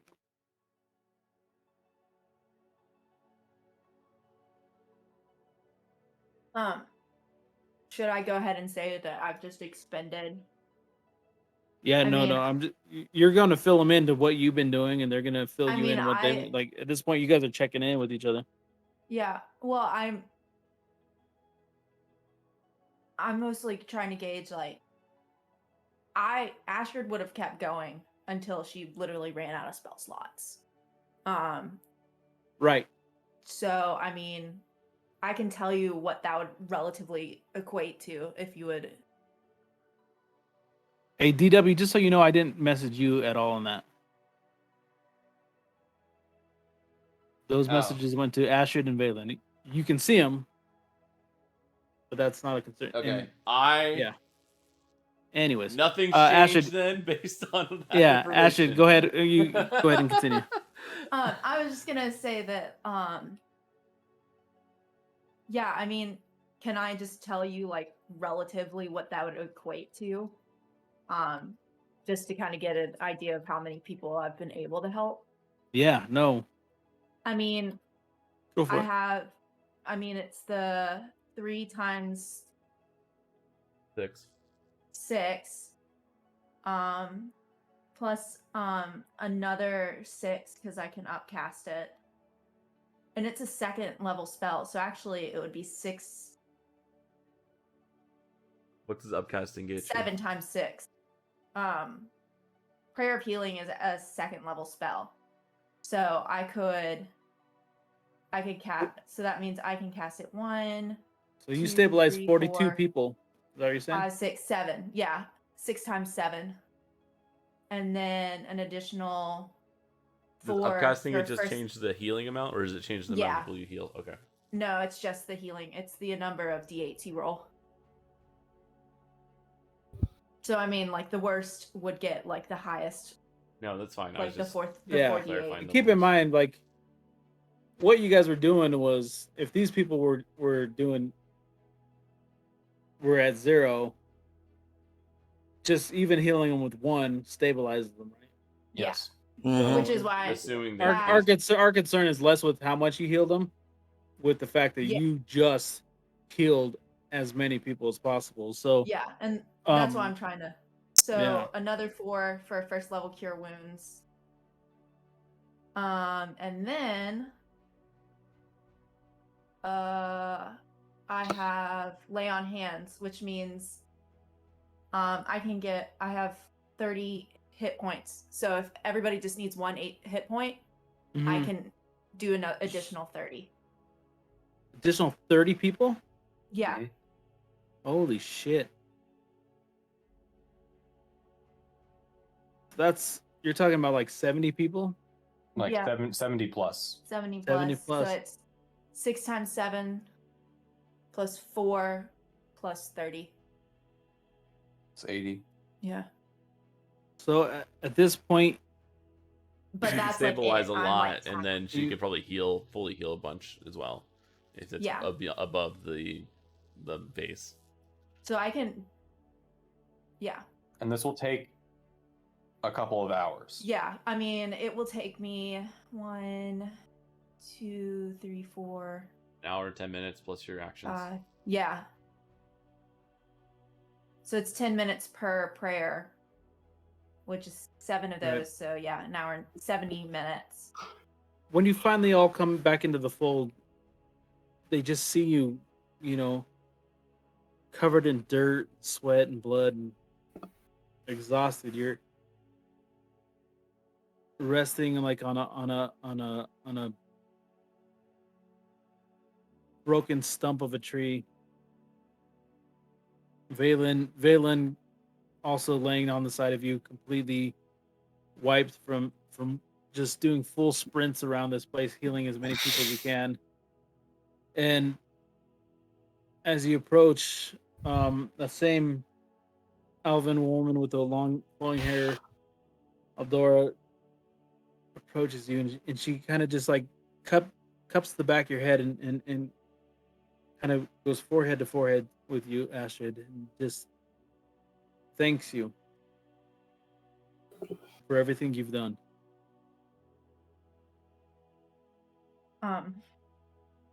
I'll mumble a reply, but I mean, she's pretty daggone tired.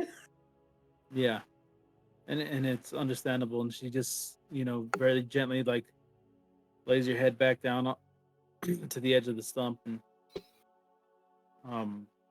as your companions approach you.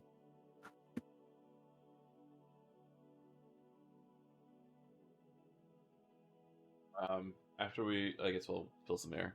After we've, given you guys information that Valen mostly gotten from the person he talked to, and we see that you guys are pretty wore out from helping this village.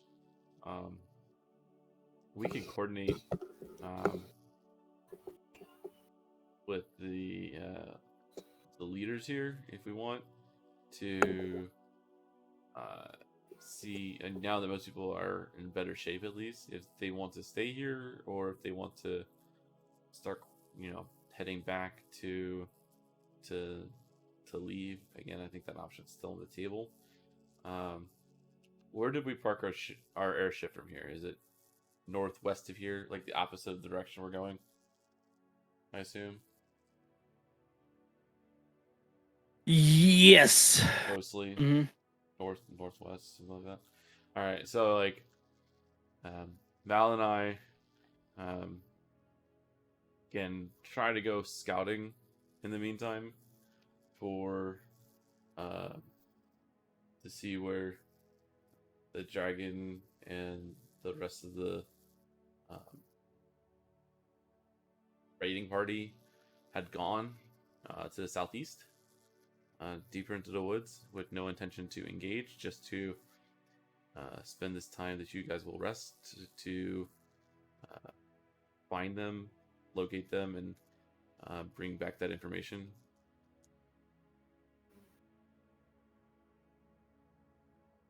We could probably get in and out completely unseen. It's also super misty, so I mean, as long as we can,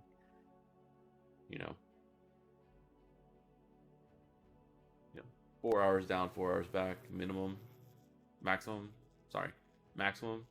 we can see what we can get done in that time, just to kind of see as far as we can get, see how much further we have to go. Does that make sense?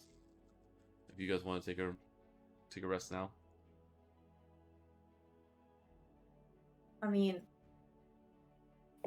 I can keep going physically, but Right. at some point we'll have to rest. I mean, I know.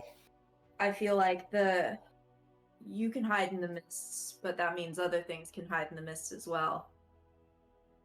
I don't disagree. I'm just saying, like, if it's a Um, dragon and a potential demigod, I don't know. Maybe we don't go in with you guys with all complete burnt spell slots. Yeah. And at least here, the distance is further away, and there's some shelter that survived the previous attack. And you'll be able to, while resting, be on guard for anything else that would happen in the meantime. And we have a location we can get back to. I mean, me and my brother have done this kind of stuff before. If we get engaged on, I can definitely get us out.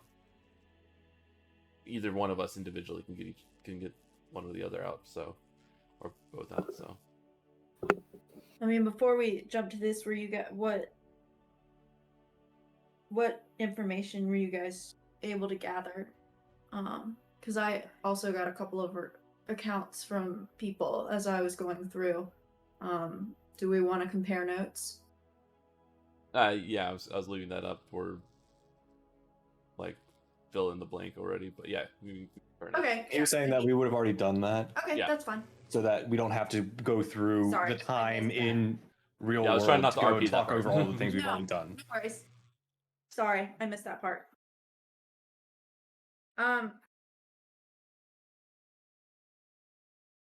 So I think there's a green dragon based on the description that was given. There are two accounts of what I kind of heard, which were, was it I that I heard this? These were you. Yep. It said that there were two accounts. There was the city was attacked by a dragon with a cloaked rider, and the city was attacked by a dragon with a rider that had the grace of an elf. Correct. which sounds like the person we're looking for, and a dragon, which we don't know where they are, but they're close enough that they're attacking this location and the people of this area. He says timeout. I do think it's important that you guys not just skip through that part, like where you guys, we relay this information. I do think discussing it like you are right now is pretty vital. So, Okay. yeah, I think it's important that you guys do it. Yeah, because I feel like we all got little pieces. Even though you all heard it, Yeah. I think Okay. now laying those clues out, I think it's a good thing. It's not a bad thing. All right, that's fine. Liam, David. you talked about trying to find the leaders. Talking to that elf, I was given two names of people that we should try and find if they are around. Viva, you're gonna have to give me the spelling of the first one because I wrote it down as Glamph, like Glamph. I mean, there's That Galen. that would have been the priest. That was the So there was priest, a- and then if there was they a weren't priest. around, Galen was the other name that I was given. But the priest was apparently the one that led the charge during the attack. The retaliatory charge, I would Yeah. say. Okay.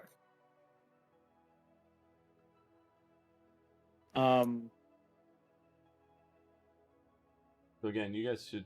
I mean, you guys can still coordinate all the other stuff, but there's an opportunity here for myself and my brother to go. At least go look for. Pick up the trail, see where they're coming from. Just fill in some of the additional blanks on what is their strength, where are they, how close are they, that kind of stuff. Are they moving away? Have they settled somewhere? I mean, just like there's so many unknowns, like cross, X far away from this village. Mm-hmm. This counts as a village, right? Oh, it was a city. Okay, city. So like, I mean, we need to kind of figure out like what we're walking into, and the two of us are the most prepared to get in and get out, or not ever get detected. So I think that makes the most sense to at least get that information while you guys finish up what you need to do here, and then rest up for the actual engagement.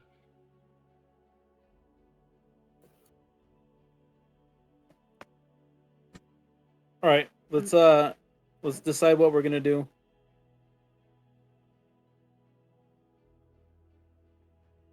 I mean, if you think that you two can go in and out undetected, not lead people back here, or trigger any sort of extra attacks, I would say, if you're comfortable with that, you should go. I mean, Balin, if you would like to go with them, you're more than welcome.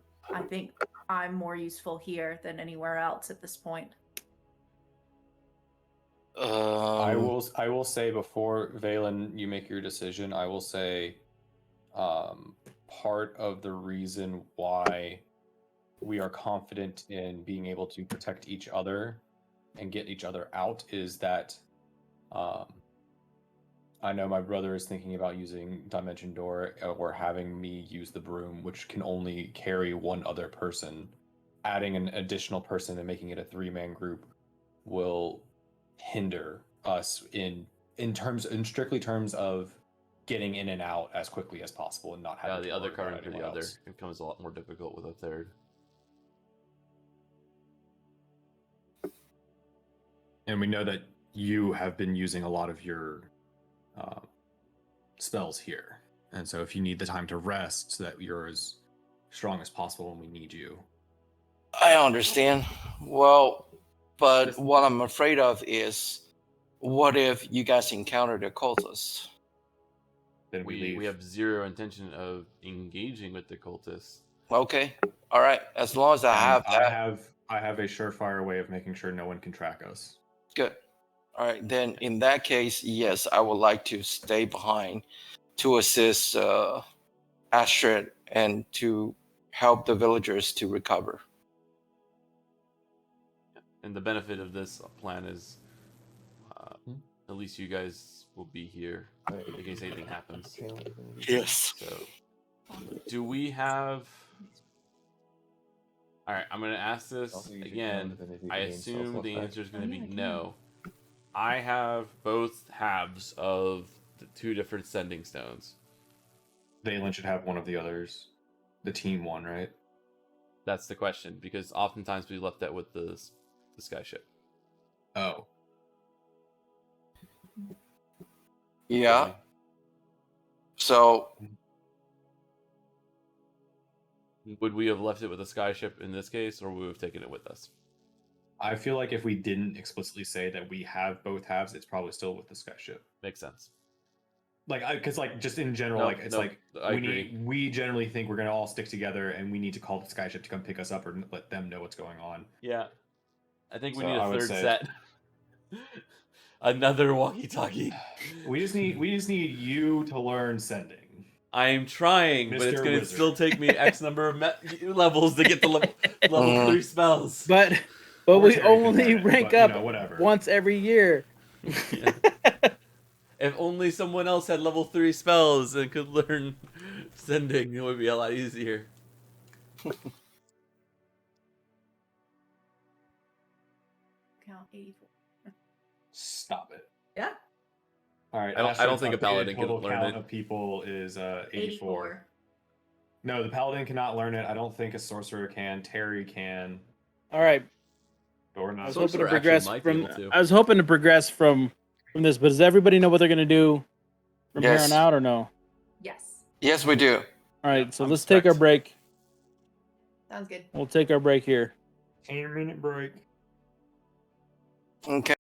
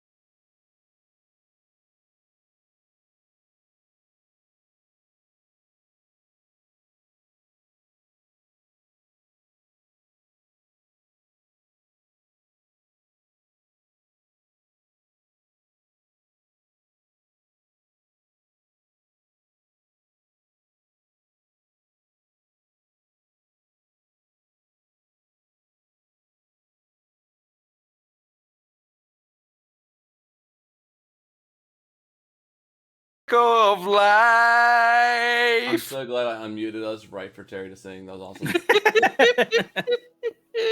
All right, we're back from the break. M&A, what are you fucking doing? I'm I taking don't a know yet. motherfucking nap. Yeah, I'm pretty beat too. I will be resting as well. So some of the Alvin guards are they're not even Alvin guards, but they're taking leadership, maneuvering everybody around. You've now become VIPs. You've attributed to the health and to the reconciliation and the recovery of their township. And so they take you up off the ground, and you rise up in these. They take you to these cages made from twine and tree and twigs and stuff, and they, with these pulley systems, they take you up into the upper echelons of these trees, the ones that survive the attack, and you find these plankways and these bridges that lead from tree to tree. They avoid taking you to the center tree, but all around it, they offer up food, water, opportunity to bathe before they find you a place to rest. Grateful, for what you've done for their kin. They continue to thank you, to pay homage and respects to you, as they treat you with the most dignity and respect that they can.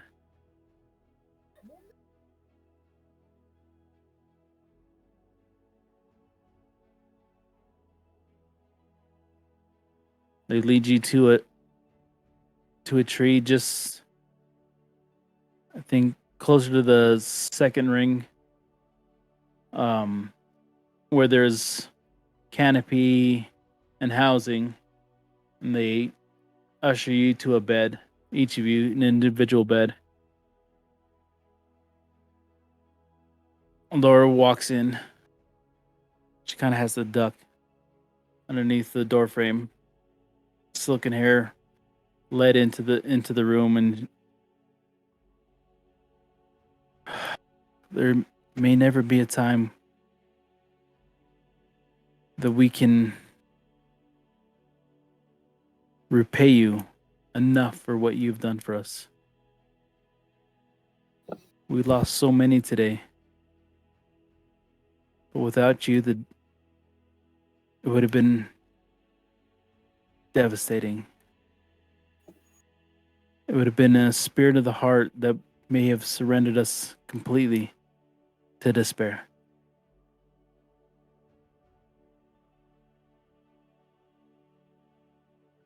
Get your rest. In the morning,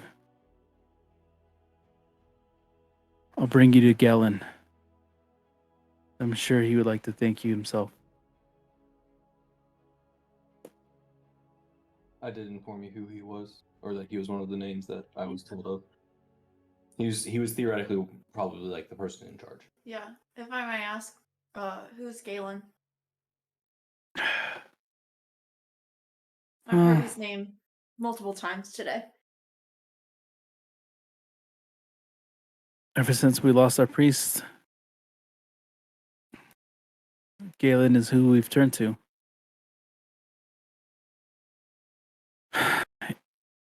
He was there at the front of the battle. He continues to be a leader for us. He resides at the center house. And she points back to that center tree that you had previously been hailing below. Several tens of feet, maybe 100 feet above, would be the center housing in which he had says that Galen resides.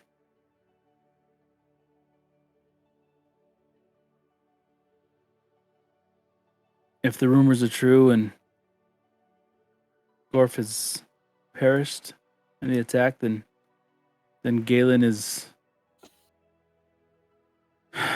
and Galen will lead us.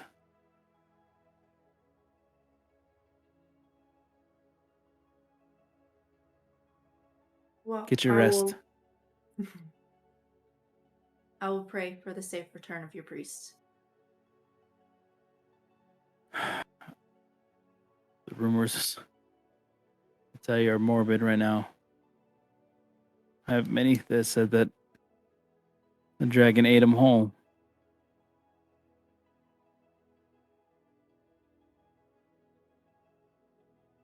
Stranger things have happened, though. Hopefully he returns. I hope so as well. Thank you for your generosity. No. Thank you for yours. And you too, Valen. I'm just glad that we saved as many as we could. And sorry for the losses. The forest has endured too much tonight. Let us all rest and hope tomorrow we can have a better start. Agreed. She leaves you all for your rest. In the meantime, Is it we night have yet? Sorry, not like it's like midday still. It took us a couple hours to like travel here on ship. Oh, and no, then no. And then a couple hours to walk here. and then hours of walk, and then you spent a ton of time healing, right? And to save people, like yeah. 4.5 hours, right? Yeah. I So would say it would be like Okay. dusk. It's been a while. Oh my god. yeah, it's been a while. Oh my god. But also- no. But Sorry. also at the same time, like you're beyond exhausted. So fuck, if it was noon Oh with yeah, what I was you've just done. curious. It was more of a curiosity thing. Okay. All right, brothers. All right, brothers. Brother. What are we doing? So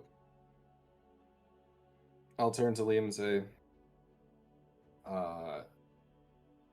start heading southeast and try and catch the trail initially, and then follow that. Yeah.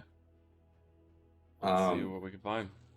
So I'm gonna do I'm gonna do a survival check to look for the trail of the dragon and army. It I'll assist you. would not be that hard to find the trail of an army, but I should be adept at trying to find them. I will assist you. Pretty hard with a spicy nat 1 there, friend.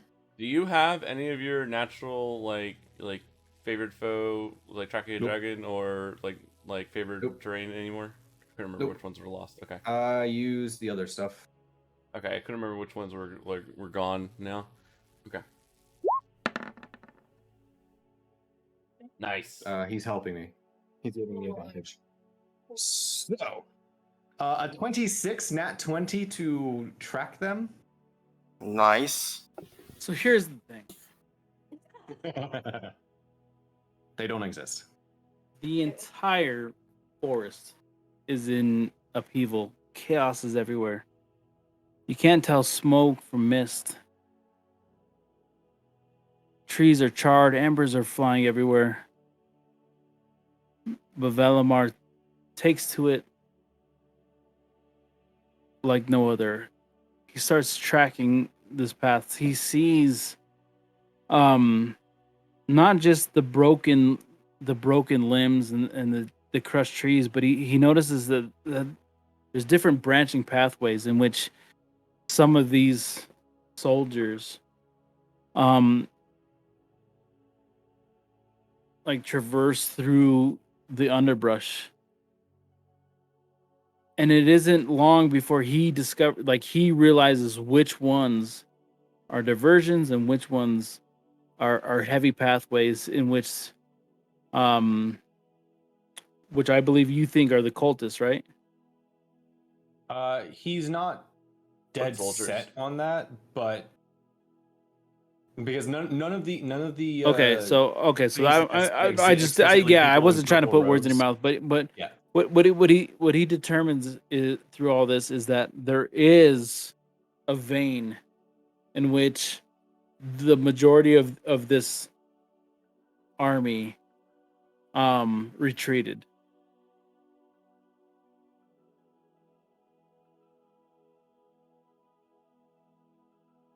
You continue to travel through the forest following this pathway. We are traveling. I'm assuming under stealth, right? Or no?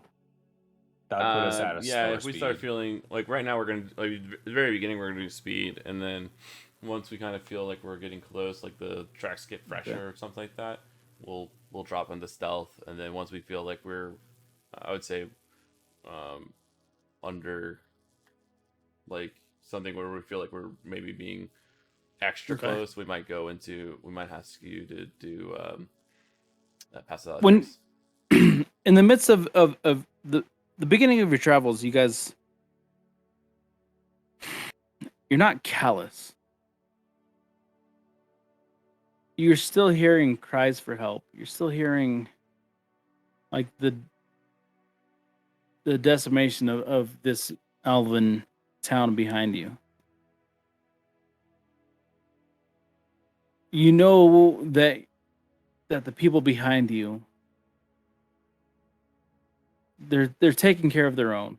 They're doing what they can, and even your own members have bled and sweated and cried there and done what they can to help. So it puts you at ease when you guys hear these cries for help. Your focus is on this pathway out, and you continue on this journey. And as those cries for help and tears of sorrow and everything you could expect from the chaos behind you, as they kind of simmer down or they become a little bit more quiet, they're replaced by the burning embers, they're replaced by the chaos in the wake of this retreating army. You hear stampeding of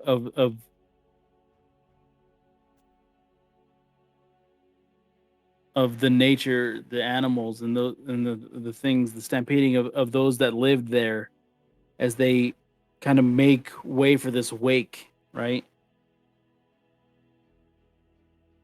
And then after some time, you just hear the crackling of fire as trees burn from the top. It's not, like I said, it's not spreading. It's not chaotic. It's just happening. And then through that, as you continue on and follow this path, I have a thing I'd like to do as we do progress in the middle of all this. okay, About 2 hours ish in or so, I'd like to use my one use of speak with animals to find a creature, knowing that full well that it might be in a somewhat panicked state, but to communicate with the creature and ask, well, roughly how far the source of this disturbance is from us. So so that I can kind of gauge like how much longer we might have.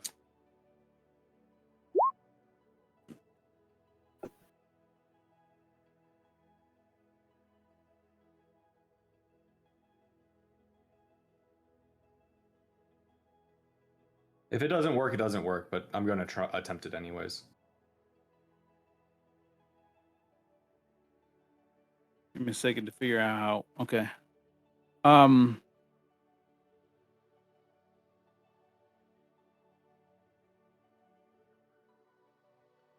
you approach a squirrel in a tree.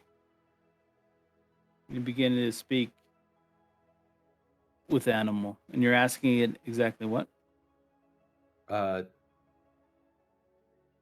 far is the source of this disturbance?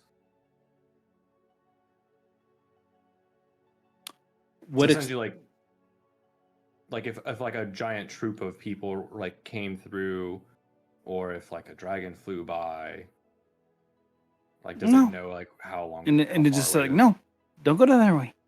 Don't go that way. Going to doom. You're going to doom. No, don't go that way.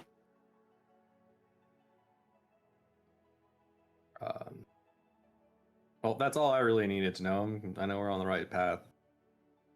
Okay. Yeah, There- I'll there- look there- around for there like is always an gonna be a acorn or something. And There's always toss going to it be to it. a variant of intellectual Sure. ability between an animal. Mhm. And then there's this loud crashing sound of a large tree branch breaking. All right, we'll immediately. You drop hear that, stealth. and immediately you hear this wallowing of a female crying out.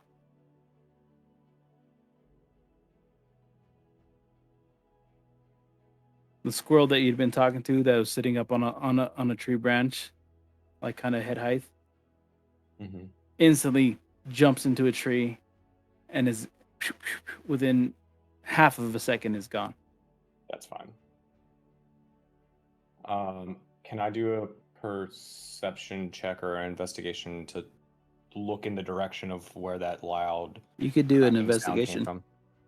Okay. And do you want me to roll stealth for that? Because like once like a loud noise occurs, like just like the squirrel, instinctively, I'm going to try and Yeah, sure. make myself hard to see. Uh-huh. I would have done the same thing. Of course you would have. I mean, we all know what I would do. Yeah. Uh-huh. What do you want, a 3 or a 3? So the brothers, both of you, kind of like duck into the shadow.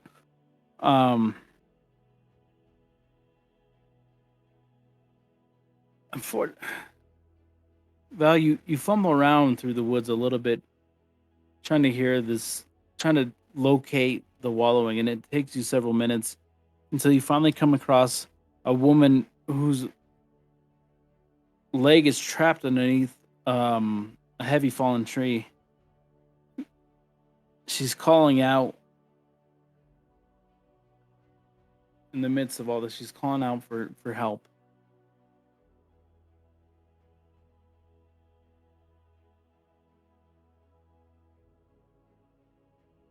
I'll motion to Liam and say, there's someone over here who looks like she needs help. What do you make Can of it?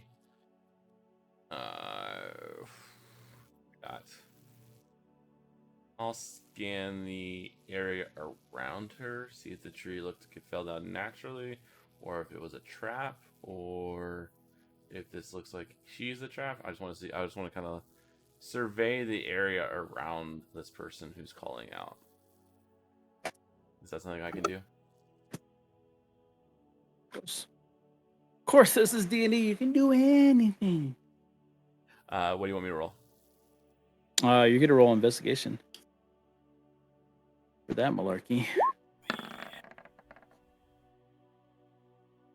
21.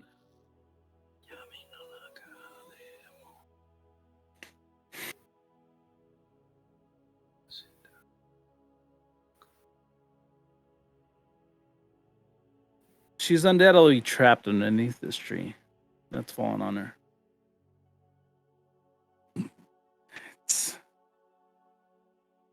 It's an awkward clearing amongst these trees, kind of cut within the path that you had been following.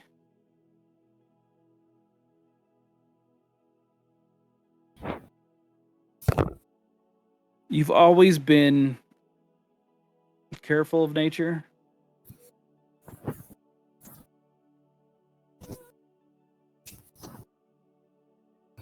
And you're a little bit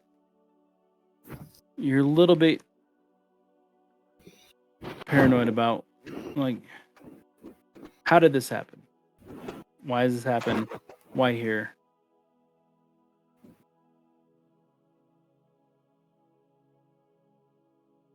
But she does seem trapped underneath this tree. Seer, wait, do we want? If we help her, I'm not sure what we can do with her afterwards. But I guess we can't leave her here.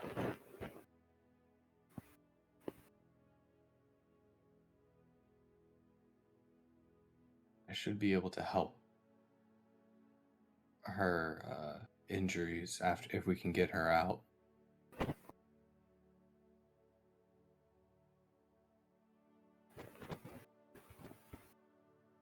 You want her to just wait for us here, or start heading back on her own, or what? She'll have to head back on her own. We have our own mission. All right. Do you want us both to go out and engage with her, or do you want to go out and engage with her, and you want me to cover you? I have an idea, but I'll need your help. Tell me what your plan is. I'm gonna pull out the immovable rod and say, "You have your rope, right?" Yeah. I'm gonna set up a pulley system to try and lift the tree off of her so that she can wiggle out. Sure. That should give us enough leverage to do this. All right, so we'll both go out and engage with this. All right, let's do it.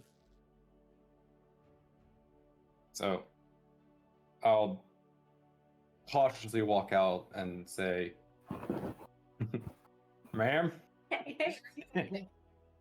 Startled, she just kind of looks.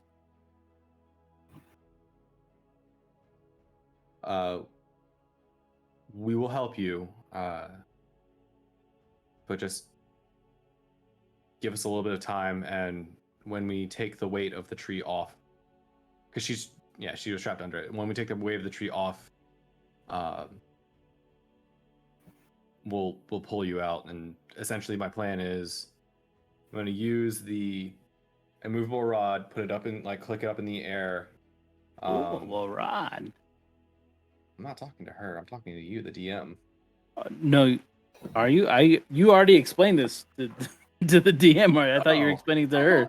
As a DM, I know what's happening. Okay. I know, you've already said it. I am in the process of enacting the plan. Yeah. You got Okay. suspicious DM voice of like. Yeah, I was just like, what is this? All right. I'm already, I'm as a enacting DM, my I'm plan. following. Okay. Okay. I put the immovable rod out. We tie the I have rope. the end I of have the rope extra, to I have the regular tree. rope too. Yeah. Okay. Whichever rope we need. We'll tie that to the end of the tree, loop it over the immovable rod, and pull it. And when we get the tree up enough that we can scoot her out, I'm gonna summon my echo and have my echo grab and drag her out from under the tree. We also have climbing gear to make this stuff, like, so we should have Okay. some sort of like belaying or pulley system stuff that we could use to, again, help with the rope management on this. Same stuff we kind of did before. Then a couple minutes, you guys set up this pulley system that you guys are gonna use in order to free her from it, and it takes all your effort to start to pull on these ropes. Knowing that you put yourselves at risk if it shifts against you or if this was a trap. But then even as you close to freeing the woman, the tree laying upon her begins to rise on its own. And the two trees that you're standing closest to shift back along the ground How As a close is my woman's- brother to me right now? as the woman stands and Fucking as the woman stands Oh, and bullshit. smiles, showing no signs of injury. Oh shit! I could. It's a trap! It's a dark. Heroes! I start reaching out to my brother. You just hear this clapping. Heroes! At last.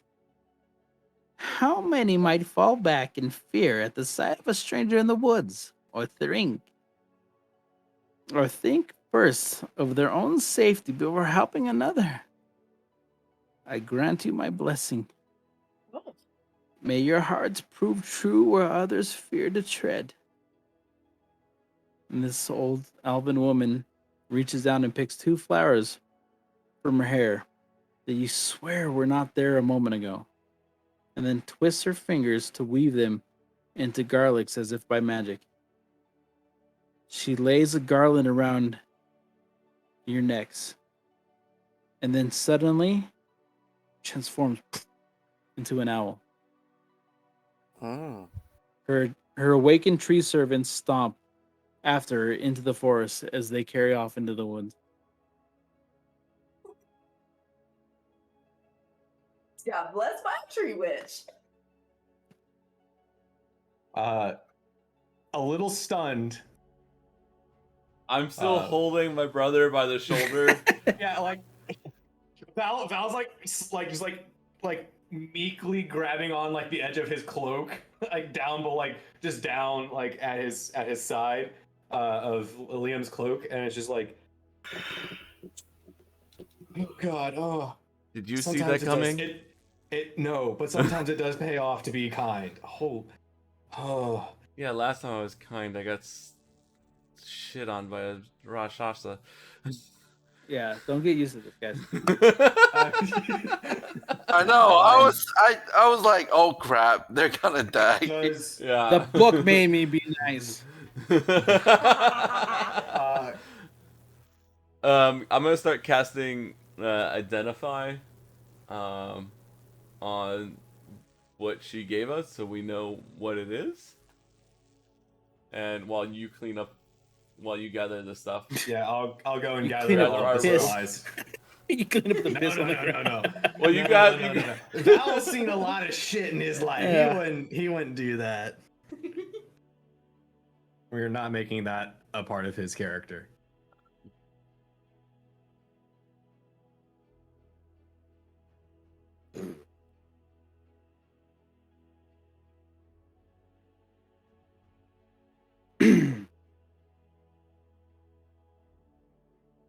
As you guys continue on, what Liam- does the identify find? Liam, No, sorry. you don't.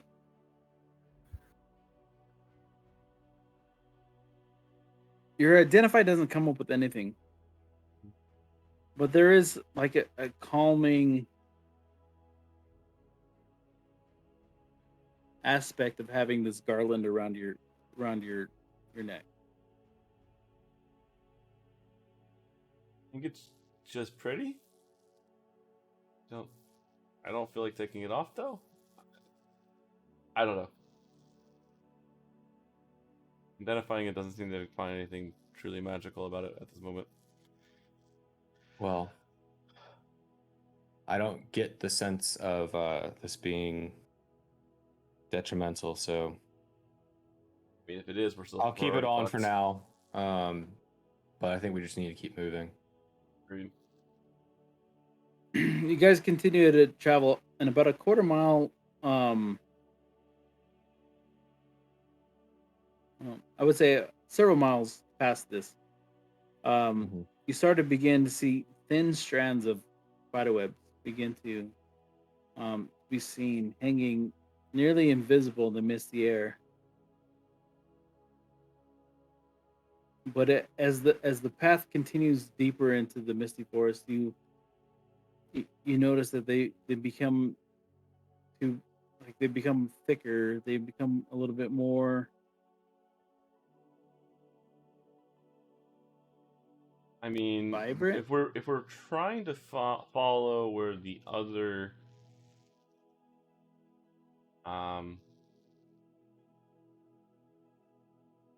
say army and dragon went, the dragon would be flying, but at least the foot soldiers would be mostly following where they went, which would have less spiderwebs on it, I would assume.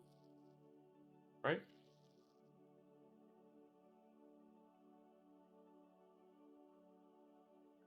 Say with a question. Yeah, I don't know how to answer that. I understand. I'm thinking out loud of like we're trying to follow a path, and then it's like, there's spiderwebs here. I'm like, fuck. So I'm trying to minimize.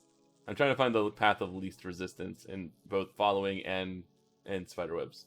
The So, further you follow the path, and your brother scouts the area, the webbing becomes thicker and shows.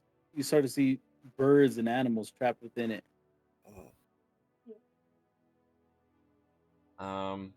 well, how tall is it?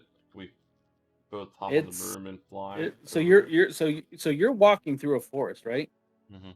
And as you continue down this pathway, you see strands randomly, right? Mhm. As they follow along.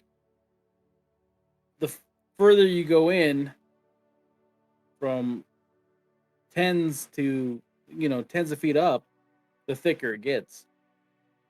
You're at this point, it's almost as if you're in a tunnel of spiderweb. Whoa. It's not a matter of how high up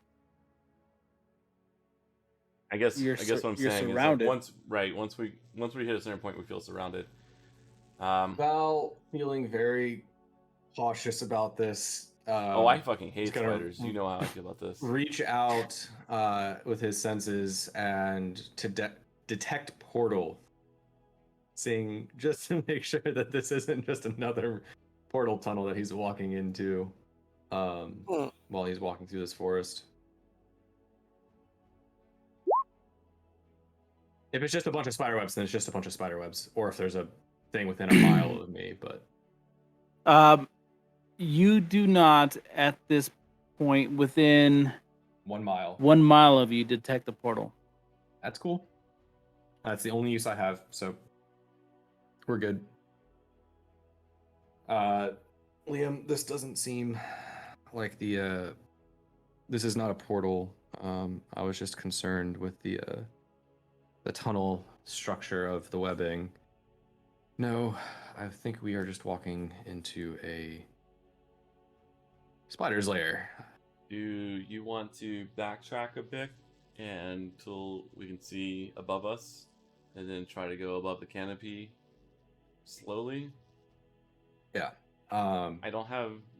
I mean, otherwise, the other option would be is if we try to proceed forward and we try to go through it. I mean, I can try to use Green Flame Blade to attack some of the things, but I mean, oftentimes spiders know when we're in here. I don't really have a way to easily get us through.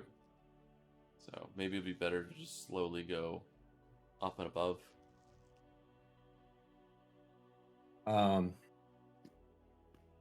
Yeah, I can do that. Just know that it will be hard to track if we are above the canopy, especially with this dense fog. But that would get us around this this obstacle.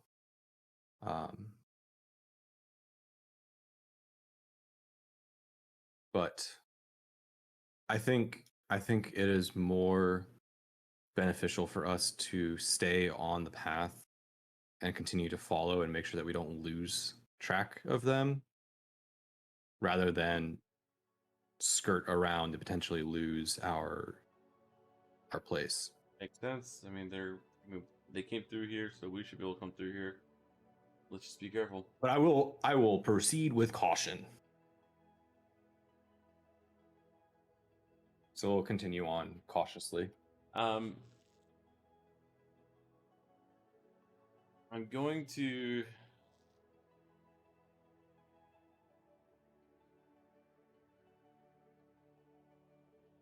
wanted to mark something. It doesn't really make sense to do it on some parts, but it made sense to me. If there's ever a part where it feels like, I know this is kind of an ambiguous question, but I feel like if when we're proceeding forward and there wasn't really like we were following a path, we're following a trail, like I would leave it to my brother to have been, making note of that, but I would have been marking things along the way with the chalk that I have.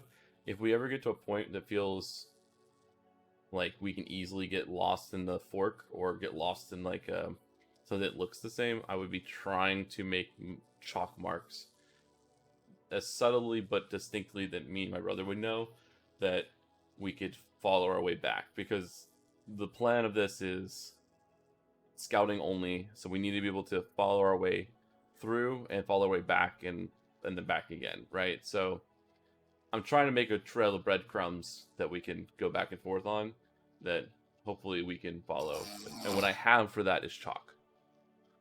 So if in the woods, in the fog, there's a place that we can make markings that me and my brother know what to look for, I would like to make a note of that now, that I would like to continue and proceed to do that.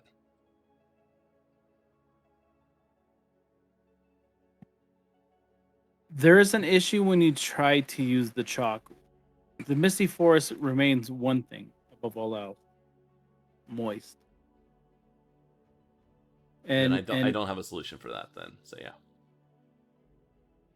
chalk is what I brought for this solution, and if the misty forest is moist, then I can't really do much about it.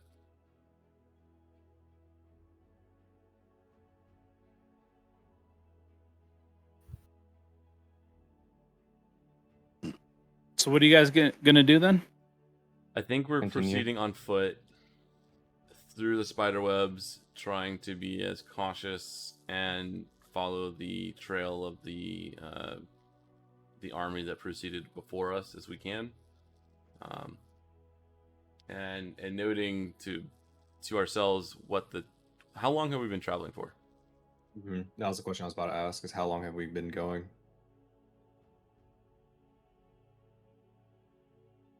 At this point, several hours.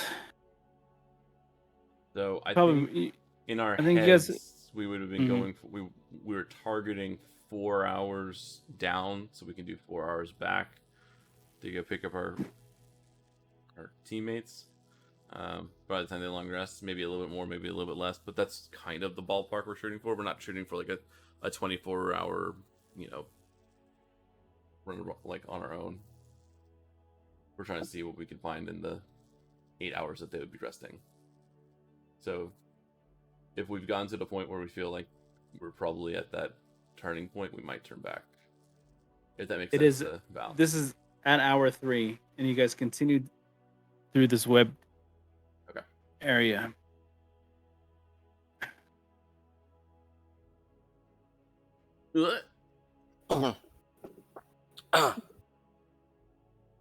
As the webbing continues to engulf you, you start to see Nope. these legs emerge from amidst the webbings and the trees, and the canopy above is blocking out all light. You find yourself surrounded. How tall were the trees in the area? Like I would say 120 feet. It's like a fucking flash. I'm just getting like washed out.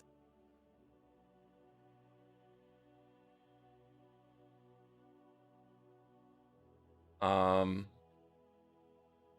gonna look at my brother and go, time to head back. Agreed. Roll for initiative. Ah, thanks. I was just gonna grab you and say, grab do your it broom. on. I would say just do it on the initiative count. Oh, is this a surprise round, or do we have an action beforehand? I would say it's not a surprise round. I would say like you guys are cautiously. You're seeing them come down. So They're not if we surprising. right, I'm saying I'm not trying to say we're surprising them, but I'm saying if we see them coming down, do we have an action to bamf out?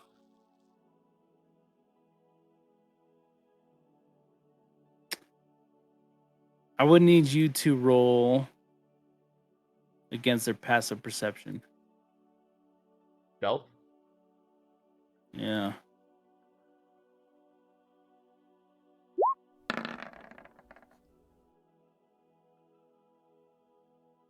Do you also want me to roll?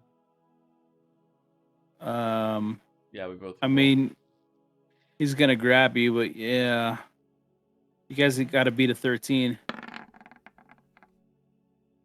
He's rolling that one, I do. We're rolling an initiative, people. All you have to do is beat a nat. It beats it. He is. I beat it. I win. If the All check is you need to 13, do I is still beat it. Oh, did you? Yeah, Yeah, if even the if check not, is 13, I he's the still third- beat it. Oh, he did. Nice. Okay. As They you, hear as him. you start to hear this like sound, your brother grabs you. Grab your broom. Oh, I always have my broom. Don't worry. No, Yeah. but get it out because we're going up. Yeah, so Why? Why don't you he just go straight back? because his passive perception is higher than yours, so he grabs you and says, Sure. "Get it out." So we're going. It's not awkward because your brothers, and it's been anybody else. So we're going 200 200 feet in the air and then 300 feet back, or whatever the equivalent would be. So 200 feet in the air, and then whatever I have left for movement that way. So it would make it 500 feet away. So we got some falling room. He can pull out the broom, and then we can both get on it and fly away. You guys beginning to now above the canopy. You guys begin to go back towards Adelan. As we're flying, I will cast Pass Without a Trace to make sure that we are as unseen as we can in this dense fog, mist, and while surrounded by shadows. I don't want to lead anything back towards the Right. So you cast this. You kind of become this. You blend in with the misty forest. It's perfect cover for what you need to do as you guys continue on back towards the outer banks of the forest where Atland had been. And my goal here was to get us up and out of any potential spider That- webby you did it. area, and then once Yep. we feel that we're comfortable in getting out of that area, we can proceed back down and then head on foot what we need to. I think it worked perfectly. So, as you guys as you and your brother begin to lower back down into, Adelan, you see a village or a township that is in less chaos than when you had left it.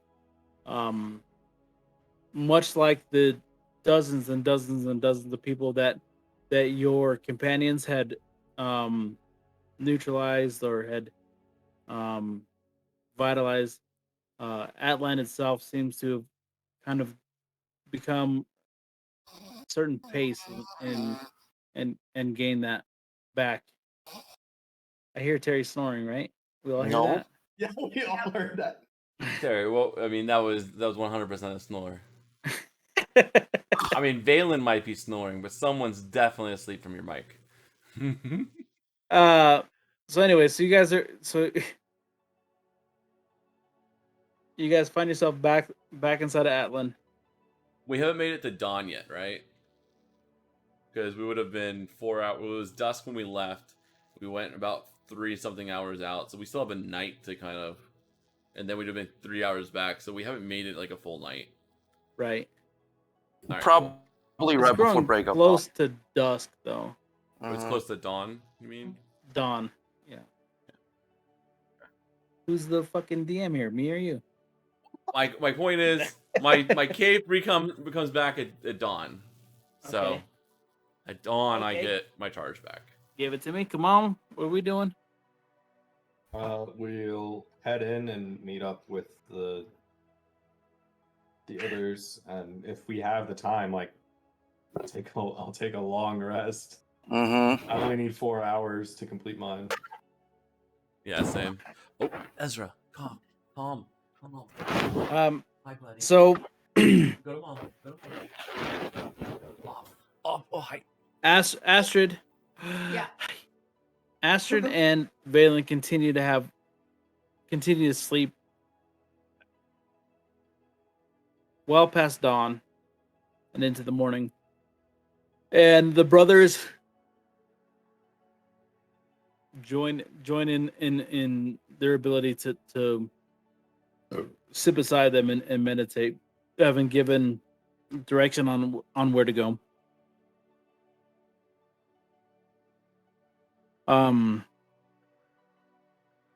At this point, all of you have taken a long rest, Mm-hmm. and some of the elven guards and some of the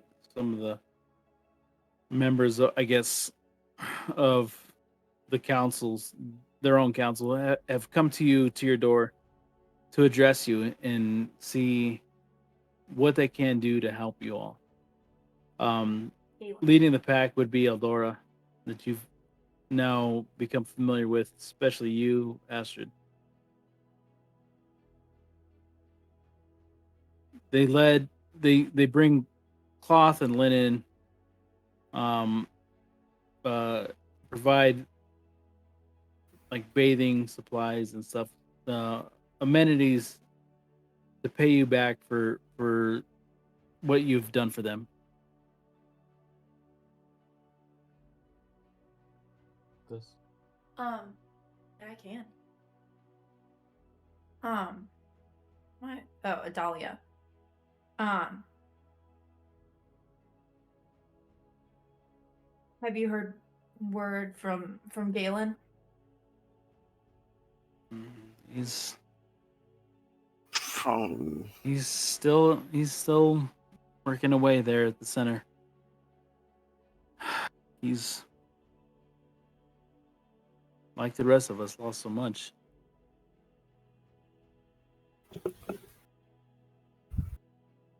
I don't know. Seems nervous at the best of times. He's eager to meet with you, though. He's heard tale of the things that you've done for us. If you like, I can address you. Lead the way. I guess I'm assuming everybody else will follow after. Yeah, I'm planning to go with you. Mm-hmm. Liam M&A will go falls. as well. Yeah. Yeah. M&A falls behind as they lead you to the center, the center of the forest, or the center of Adelan, and hundred feet above that triage that you had been working below. You step into what's remarkably a modest dwelling, suspended among iron strong boughs. You enter a cozy sitting room, and before you is a slim elf that sits at a desk.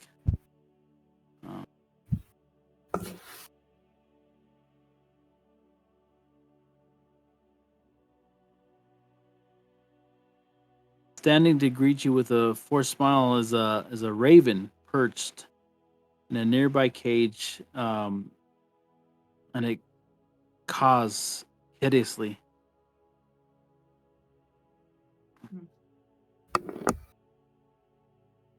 Galen says, "Welcome to our village. How can I be of service?" And you get a sense of a very somber and quiet man.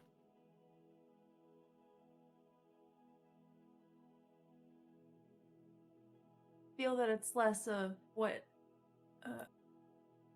we don't feel that we should ask anything from you, especially at this time, but more of offering our assistance with your current situation. What do you need from us? I've heard tales that your healing saved hundreds of my kin. There's more to be healed. I'd be appreciative if you could do that. I also heard that some of you traveled deeper in the woods, trailing after those that attacked us, and I'm worried that any such aggression might bring tenfold on us, and we'd never be able to recover from that.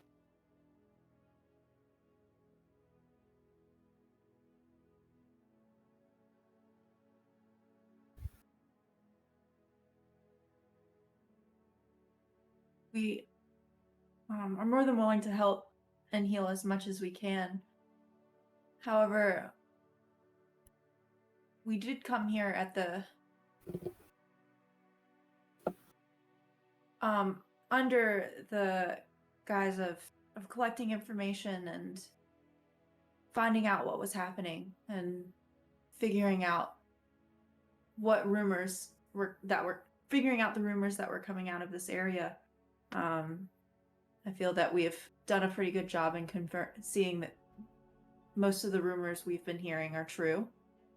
No. I don't know what rumors you're hearing, but the world's in chaos. How much battle have you seen? Even within the last 3 months. And be honest. How many people have you seen slain?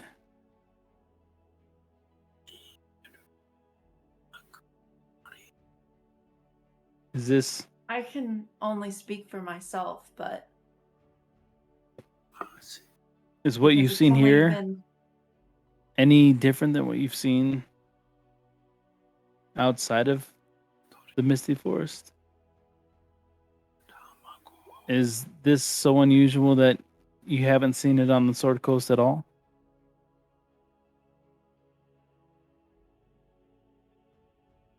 it hurts to tell you that what we've seen is no different. What I've seen is no different than anywhere else on the Sword Coast. I agree. I think that's the reality of this all, is that we're in a new age.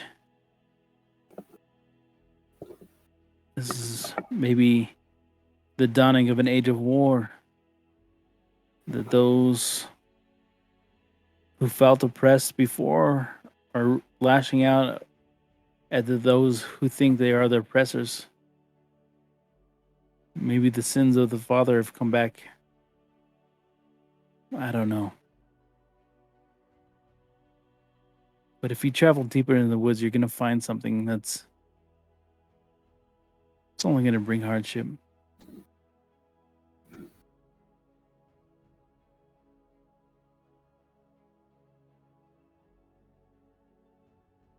Even if we tried to eliminate it altogether? How do you eliminate evil from the world? I mean, that's been tried before. You're not new to this quest. But yet Do we're still you- trying. Do you think you can eliminate evil from the world? I think I can do my part. Mhm.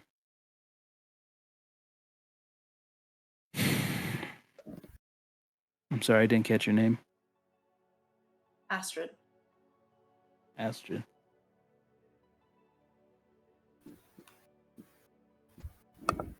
There are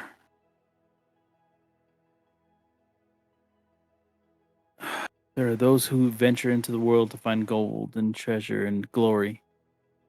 There are those who venture to find honor through combat and victory. And there are those who I deemed always the most honorable, who wanted to stick up for the little person. But amongst all of those, I've never found anybody who went out in search of peace.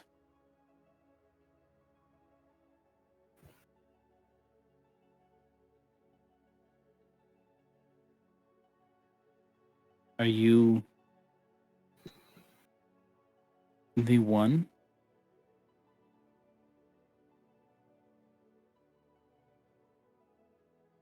No, I didn't think so. 'Cause There's you ready yourself for much- conflict. I must say there's too much blood on my hands to say that I live for peace as much as I Right. want to say that I live for it. I understand.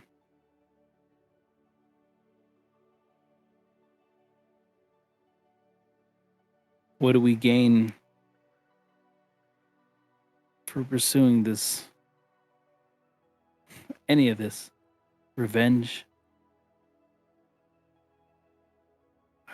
Justice? Justice is just as bloody as revenge. The world's a mess right now. Do we need to add to it? I don't know.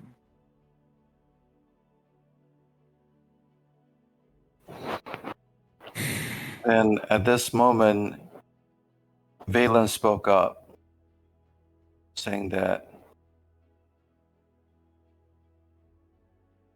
I don't think me and my companions ever dream about bring the peace to this entire land. That clearly is beyond any one of us, even with our powers combined or our ability combined. But the forest has been hurt, has been scourged, and the scourge that has done upon your people, along with countless of lives that used to lived, danced, sang among these tree branches and the streams that run across this land.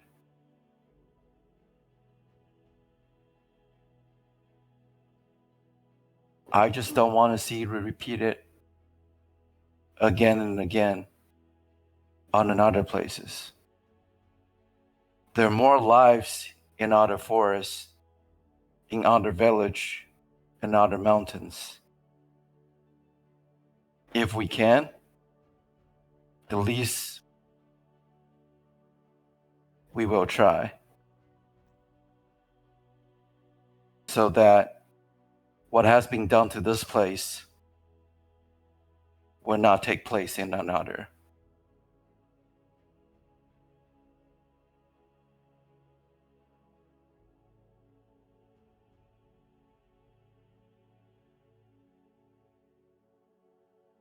I mean, those are beautiful words, but do you think defeating the evil of this forest is going to stop a war on the southern coast of the Sword Coast? It has nothing to do with you or I or the cultists or a Lich King or any of the other fables or horror stories. Like, sorry, it's just not the truth.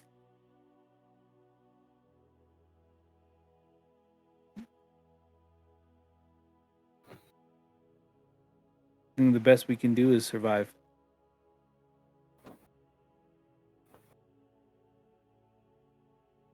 There, right? Like, can I speak up? Yeah. Sorry, I wasn't sure since the Ezra attack. The Ezra attack was actually canon. Cool. Definitely felt like an on-shoot moment. I'll speak up and like that fear to act, the fear to stand up for yourself or to make a change or to strike out against clear and definite evil in this case, you know, that's what they count on, is that they can break you to the point of submission, because if they don't even have to fight you to get away with what they want, that means they don't have to fight our children and our children's children. You know, they've already won. I've seen a lot of terrible things, and I've unfortunately been the cause of a lot of it in the past. And you know, it's very eye-opening to realize that the thing that's the most evil is not always the actions that they take, but the actions that they inspire those to not take.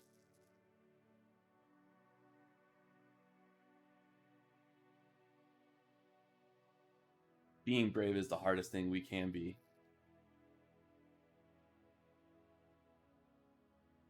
But that's what it will take. And doing something that's not just for the benefit of yourself, but for the benefit of others, that's what will make a change.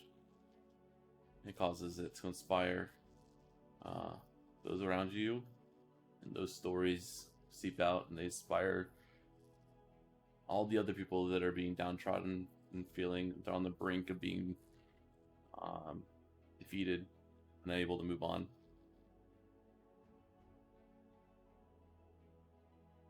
You're at a turning point. Now, we're here to, do a mission. We can help you with that, and we're not going to cause you any undue harm or whatever, and we'll, leave you be, and we won't lead anyone to you. But,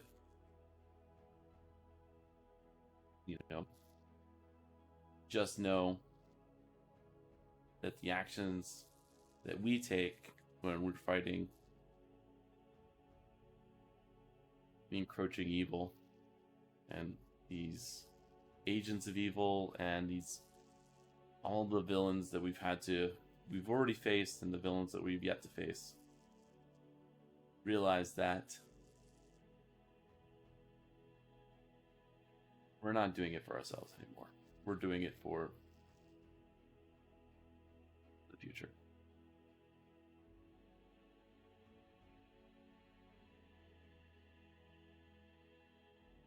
Agreed.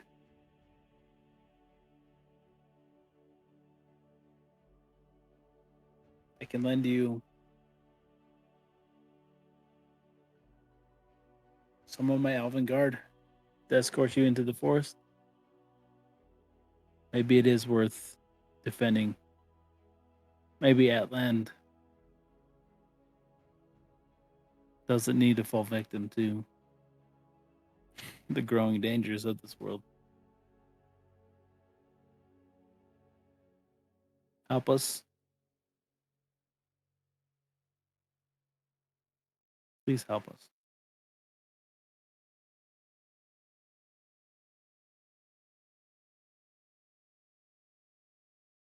Do that? Well, Yeah? Yeah. Can you hear Or at me? least Astrid will. yeah, Hello? I said we will. Yeah. Oh, I thought you said Viva, and I was like, "What? You didn't hear that? She said, yeah. What? Viva? Yeah, no, I'm here. Okay. Hello?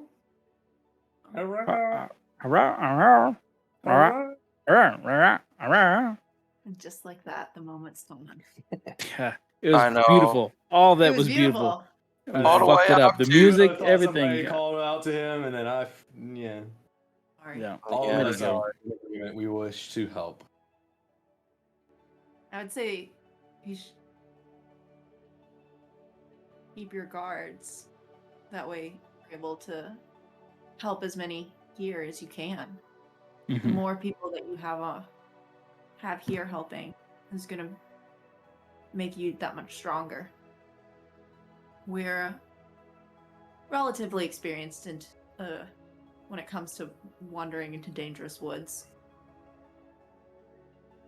You have a recommendation around a bunch of spiders. Looks like that's one location that we're going through. We didn't have a. It looks like the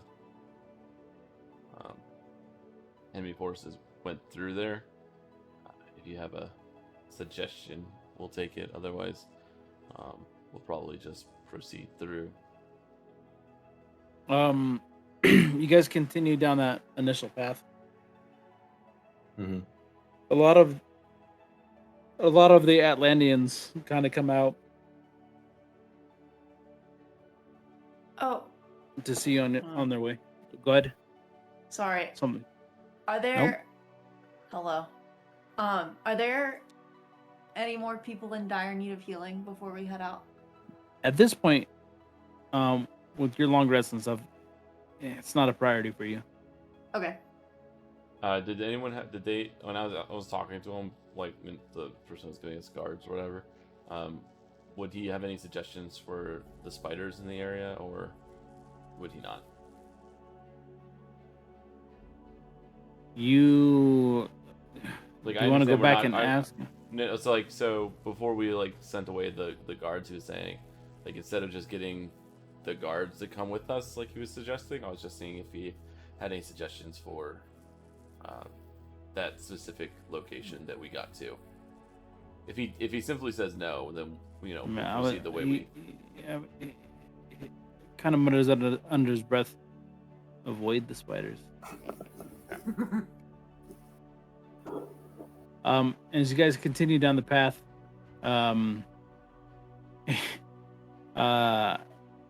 there's a point in which the guards kind of like stand off and let you continue on your own, as if you're following the yellow brick road, and you guys continue down.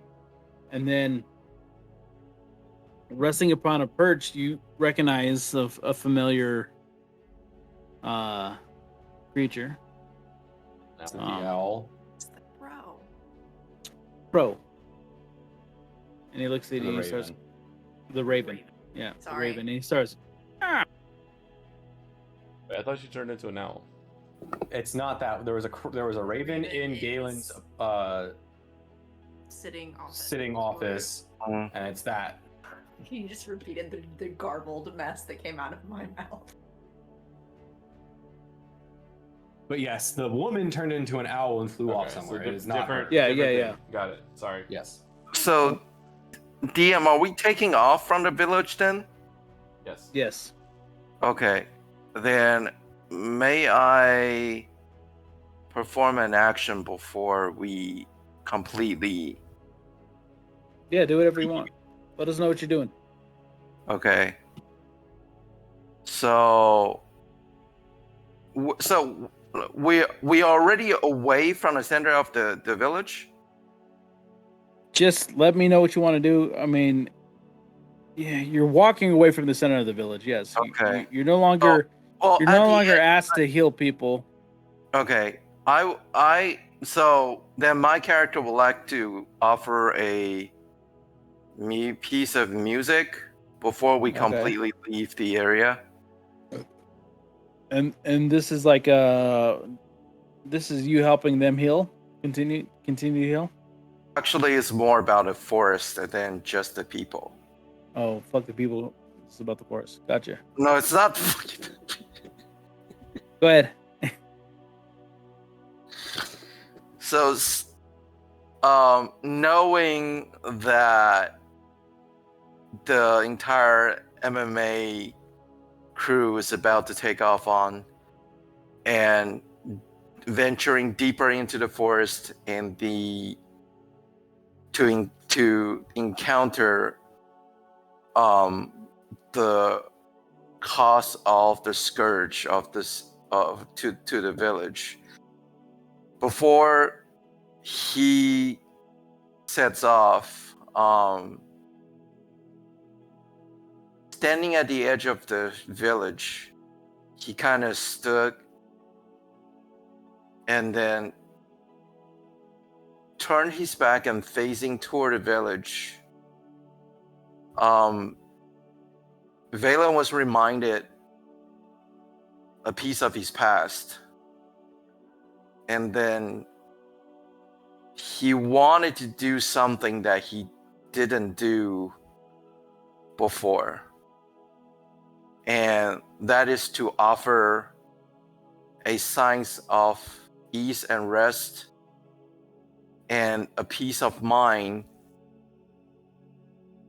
to not only the villagers but also to the forest that has been deeply, deeply affected by this entire ordeal. So basically he turned and then take a moment, let the surrounding to sink in, and then he start offering his music so that not only he himself can hear it, but also the villagers can also hear from him as an offering to the wounded, to the suffered. Hikari no naka de mienai mono ga yami no naka ni ukande mieru makura mori no yami no naka de kino wa ashita makura kurai sakana wa sora ni kotori wa mizu ni tamago ka hanete kagami ka fukata makura mori wa fushiki na tokoro asa kara zutto makura kurai. And then he turned away and then walked slowly to rejoin his crew. Mm.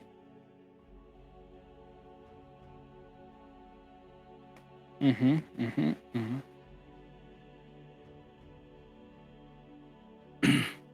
It's like kind of a piece that kind of goes over Edelin amongst the chaos and the despair, the savagery that had been bestowed on it the day prior. And the song echoes through the trees and it gives solace to those that survived.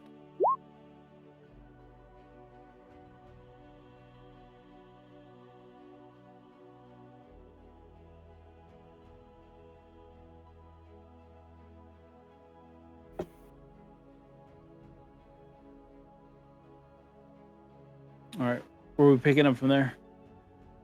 So we're heading out. You said that the raven perched on a branch. Yep, we were it heading had out? been. Following the raven? Yeah. If we can get to a stopping point sooner rather than later, that'd be great. Here, This that's is the a losing decent of mine. stopping point before we get onto the path. Yeah, unless Viva has other plans. So I guess the Raven continues to catch you guys. You're on the Yellow Brick Road out of town.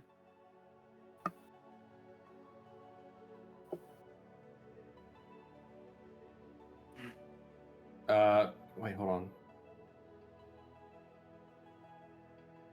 on. My speak with animals came back, so I'll cast speak with animals and talk to the raven before we head out. Oh, okay. Talk with the Raven. Yeah.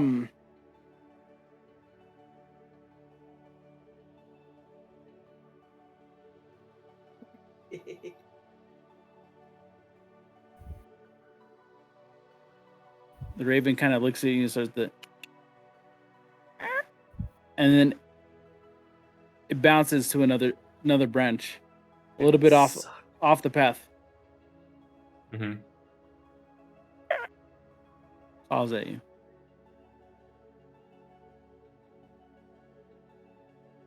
What are you trying And then to? and then it grabs like convey to us? it grabs a acorn in his beak, and he flings it at you. Ow. And then jumps to another branch, a little bit further away. Are you asking me to follow you? Grabs a acorn, flings it at you. It can freaking speak to me, man. Yeah, but they only but when it's an animal, they only have so The ravens much. are actually really smart. Yeah, Ravens ravens are are actually wicked really smart. smart. It's They're fucking actually- throwing a goddamn acorn at you to tell you to follow you. What is dumb about Okay. this? What is stupid about this? Why is this a stupid thing? Raven is just pissed at us. He's not. It doesn't necessarily mean he's not smart. He's just angry at us. That He's why? not. He's telling you, follow me. I know. Okay, then I'll follow him. All right. So this continues on, and it continues to lead you deeper into the forest, and this raven leads you into a clearing.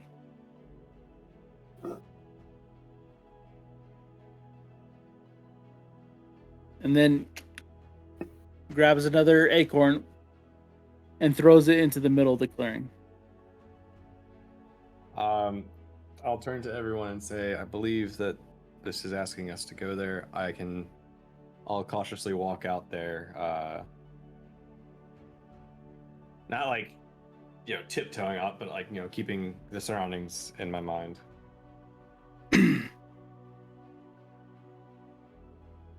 This clearing immediately speaks to you.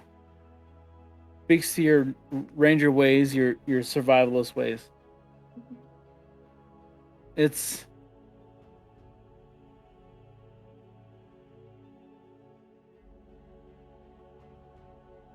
fairly unnatural, this clearing. It immediately grabs your attention.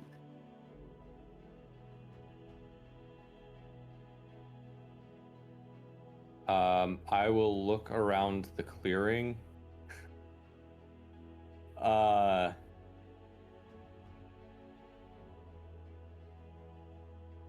And I will reach out with my detect portal and see if there's anything that sets that off.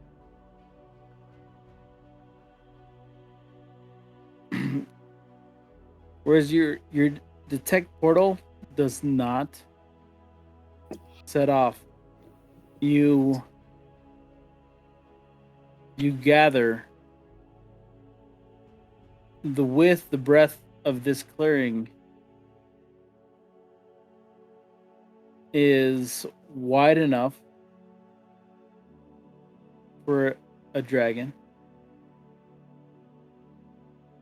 And the path that led you here had definitely been tread by an elf.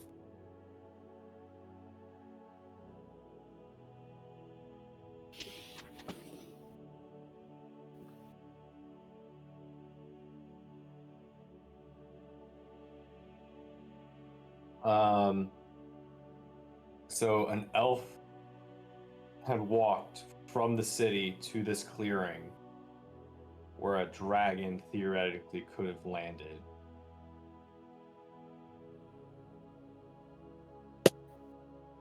And that's where we're going to start next week. Oh my Hell God. yeah.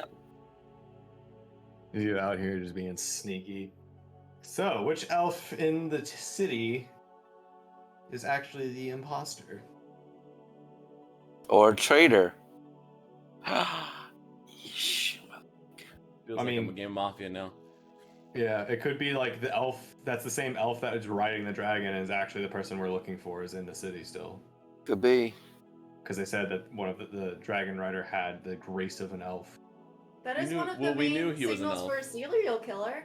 They always go back to the scene of the crime afterwards.